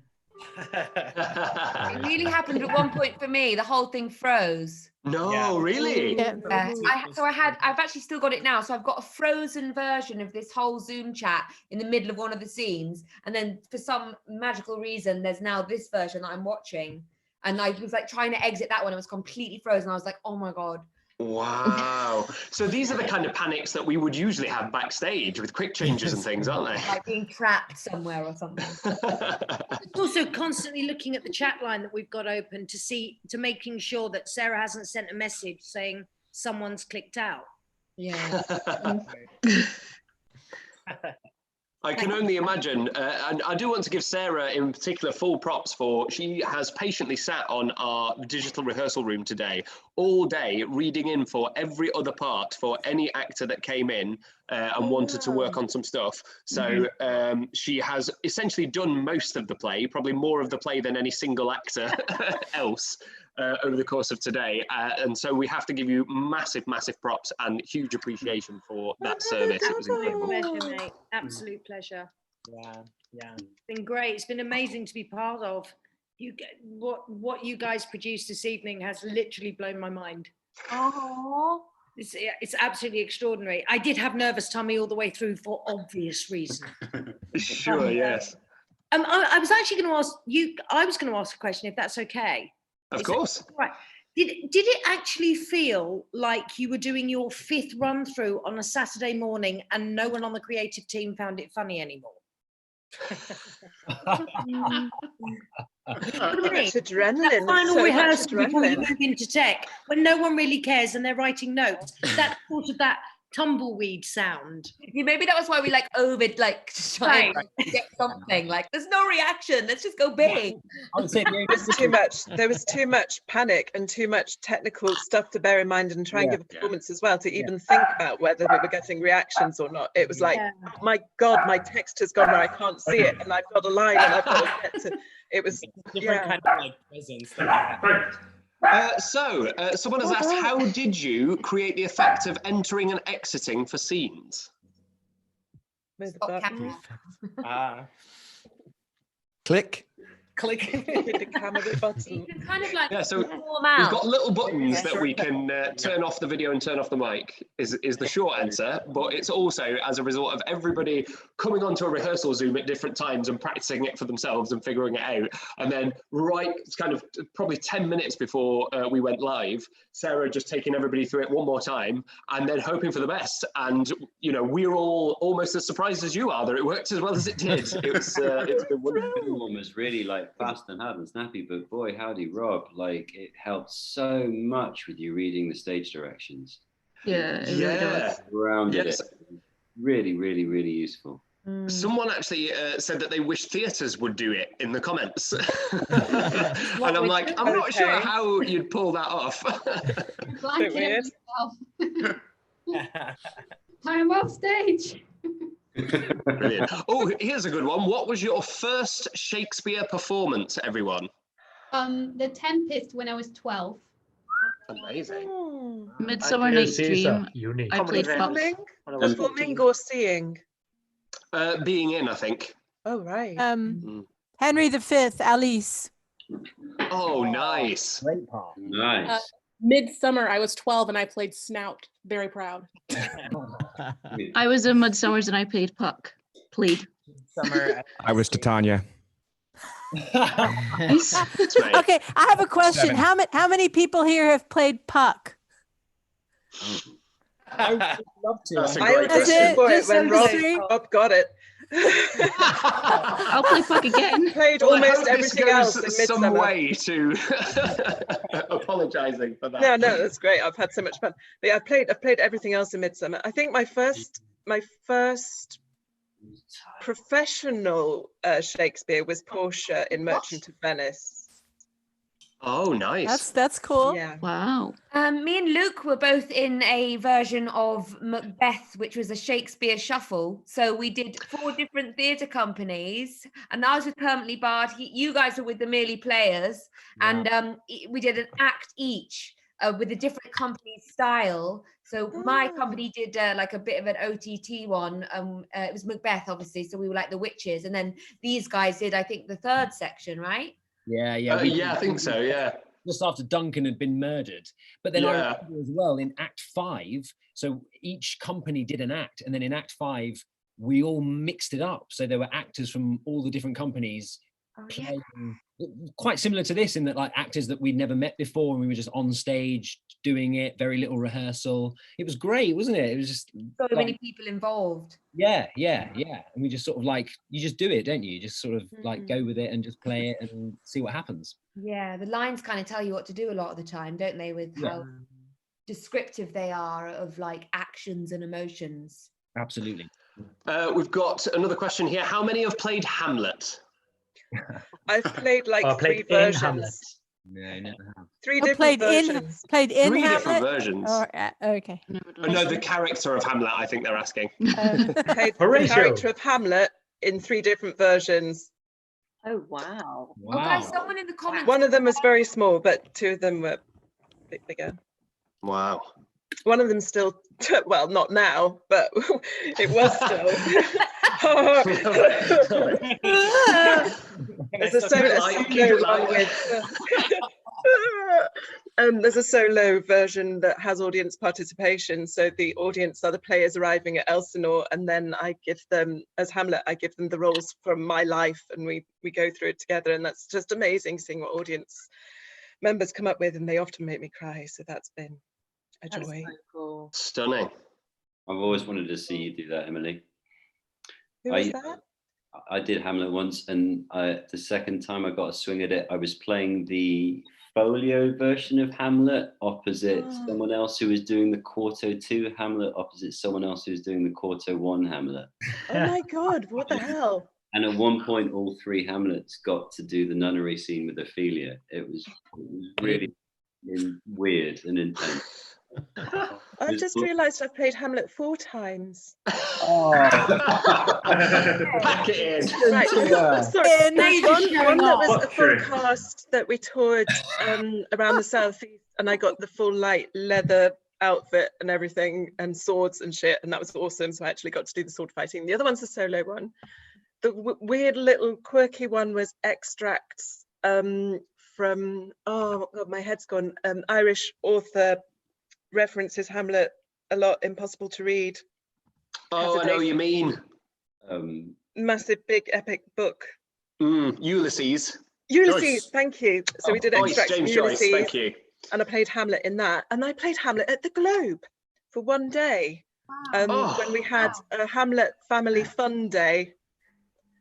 It was actually massive fun. And there was 10 different Hamlets, and we all had different little sections that we came on and did. There was 2 guys running it, like doing the what's this scene, or like, doing like the very panto style stuff, and then the people who'd played Hamlet before would come on and do the scene, and I got the last bit. So we got a little kid from the audience, and I think we did it 4 times, so kids from the audience would come up and play Laertes, and we got a plastic sword, so I'd have these small kids going at me with plastic swords, and then have to go into like full-on straight death scene. It was so very cool. I love it. Playing it as straight as an arrow. If So we're getting from the lots Globe of is love. watching, I'd really like to come back when you open again. That would be great. I think it's safe to say that that message goes for everyone you see on screen right now. We'd all love to come and play. We've got lots of love for Ben, your performance of Hamlet that you were just describing. Lots of comments coming up for that. Oh, well, shout out to Sarah Himes, who was the Ophelia, who's been watching all tonight. Fantastic. Exploded Hamlet. So we've got a practical question here. Do you have any advice for young actors trying to get into drama school? Well, they're all closed at the moment. Yeah. I've been knocking on that door for a while. Oh my gosh. Can I say something a bit Yeah, do. counterintuitive to that question? you don't necessarily have to go to drama school if you feel like you need to. So if you feel like you need to, you know, brush up on a couple of skills or tool sets that you feel like you won't get anywhere else, don't have to go, because I didn't go and I'm doing all right. So You're amazing. Dude, you were awesome. Yeah, you were great. I also just want to point out that I didn't go either. Like the brilliant. modern idea is that you've got to go to drama school to make it in this business, but actually, if you've got it in your heart, do it and do it and do it again, and that's all that matters. Absolutely. And sometimes easier to get into acting universities, which is slightly different, but easier to get into. But yeah, still, you're getting the same training. You're getting people who have been teaching in drama schools as well. So you're basically getting the same thing. And you also sometimes get the academic side, which is I tried to cobble together something equivalent to a rep. So I just auditioned for everything and tried to be in everything, and would take 2-line parts and whatever else, and just tried to give myself some kind of repertory way of working where you're seeing better actors than you do it and going, oh yeah, I'll nick that. That's good. My father just added Shakespeare's lot never went to drama school. They just turned up every day. And That's so true. They just had Beautiful. the line, right? Yeah.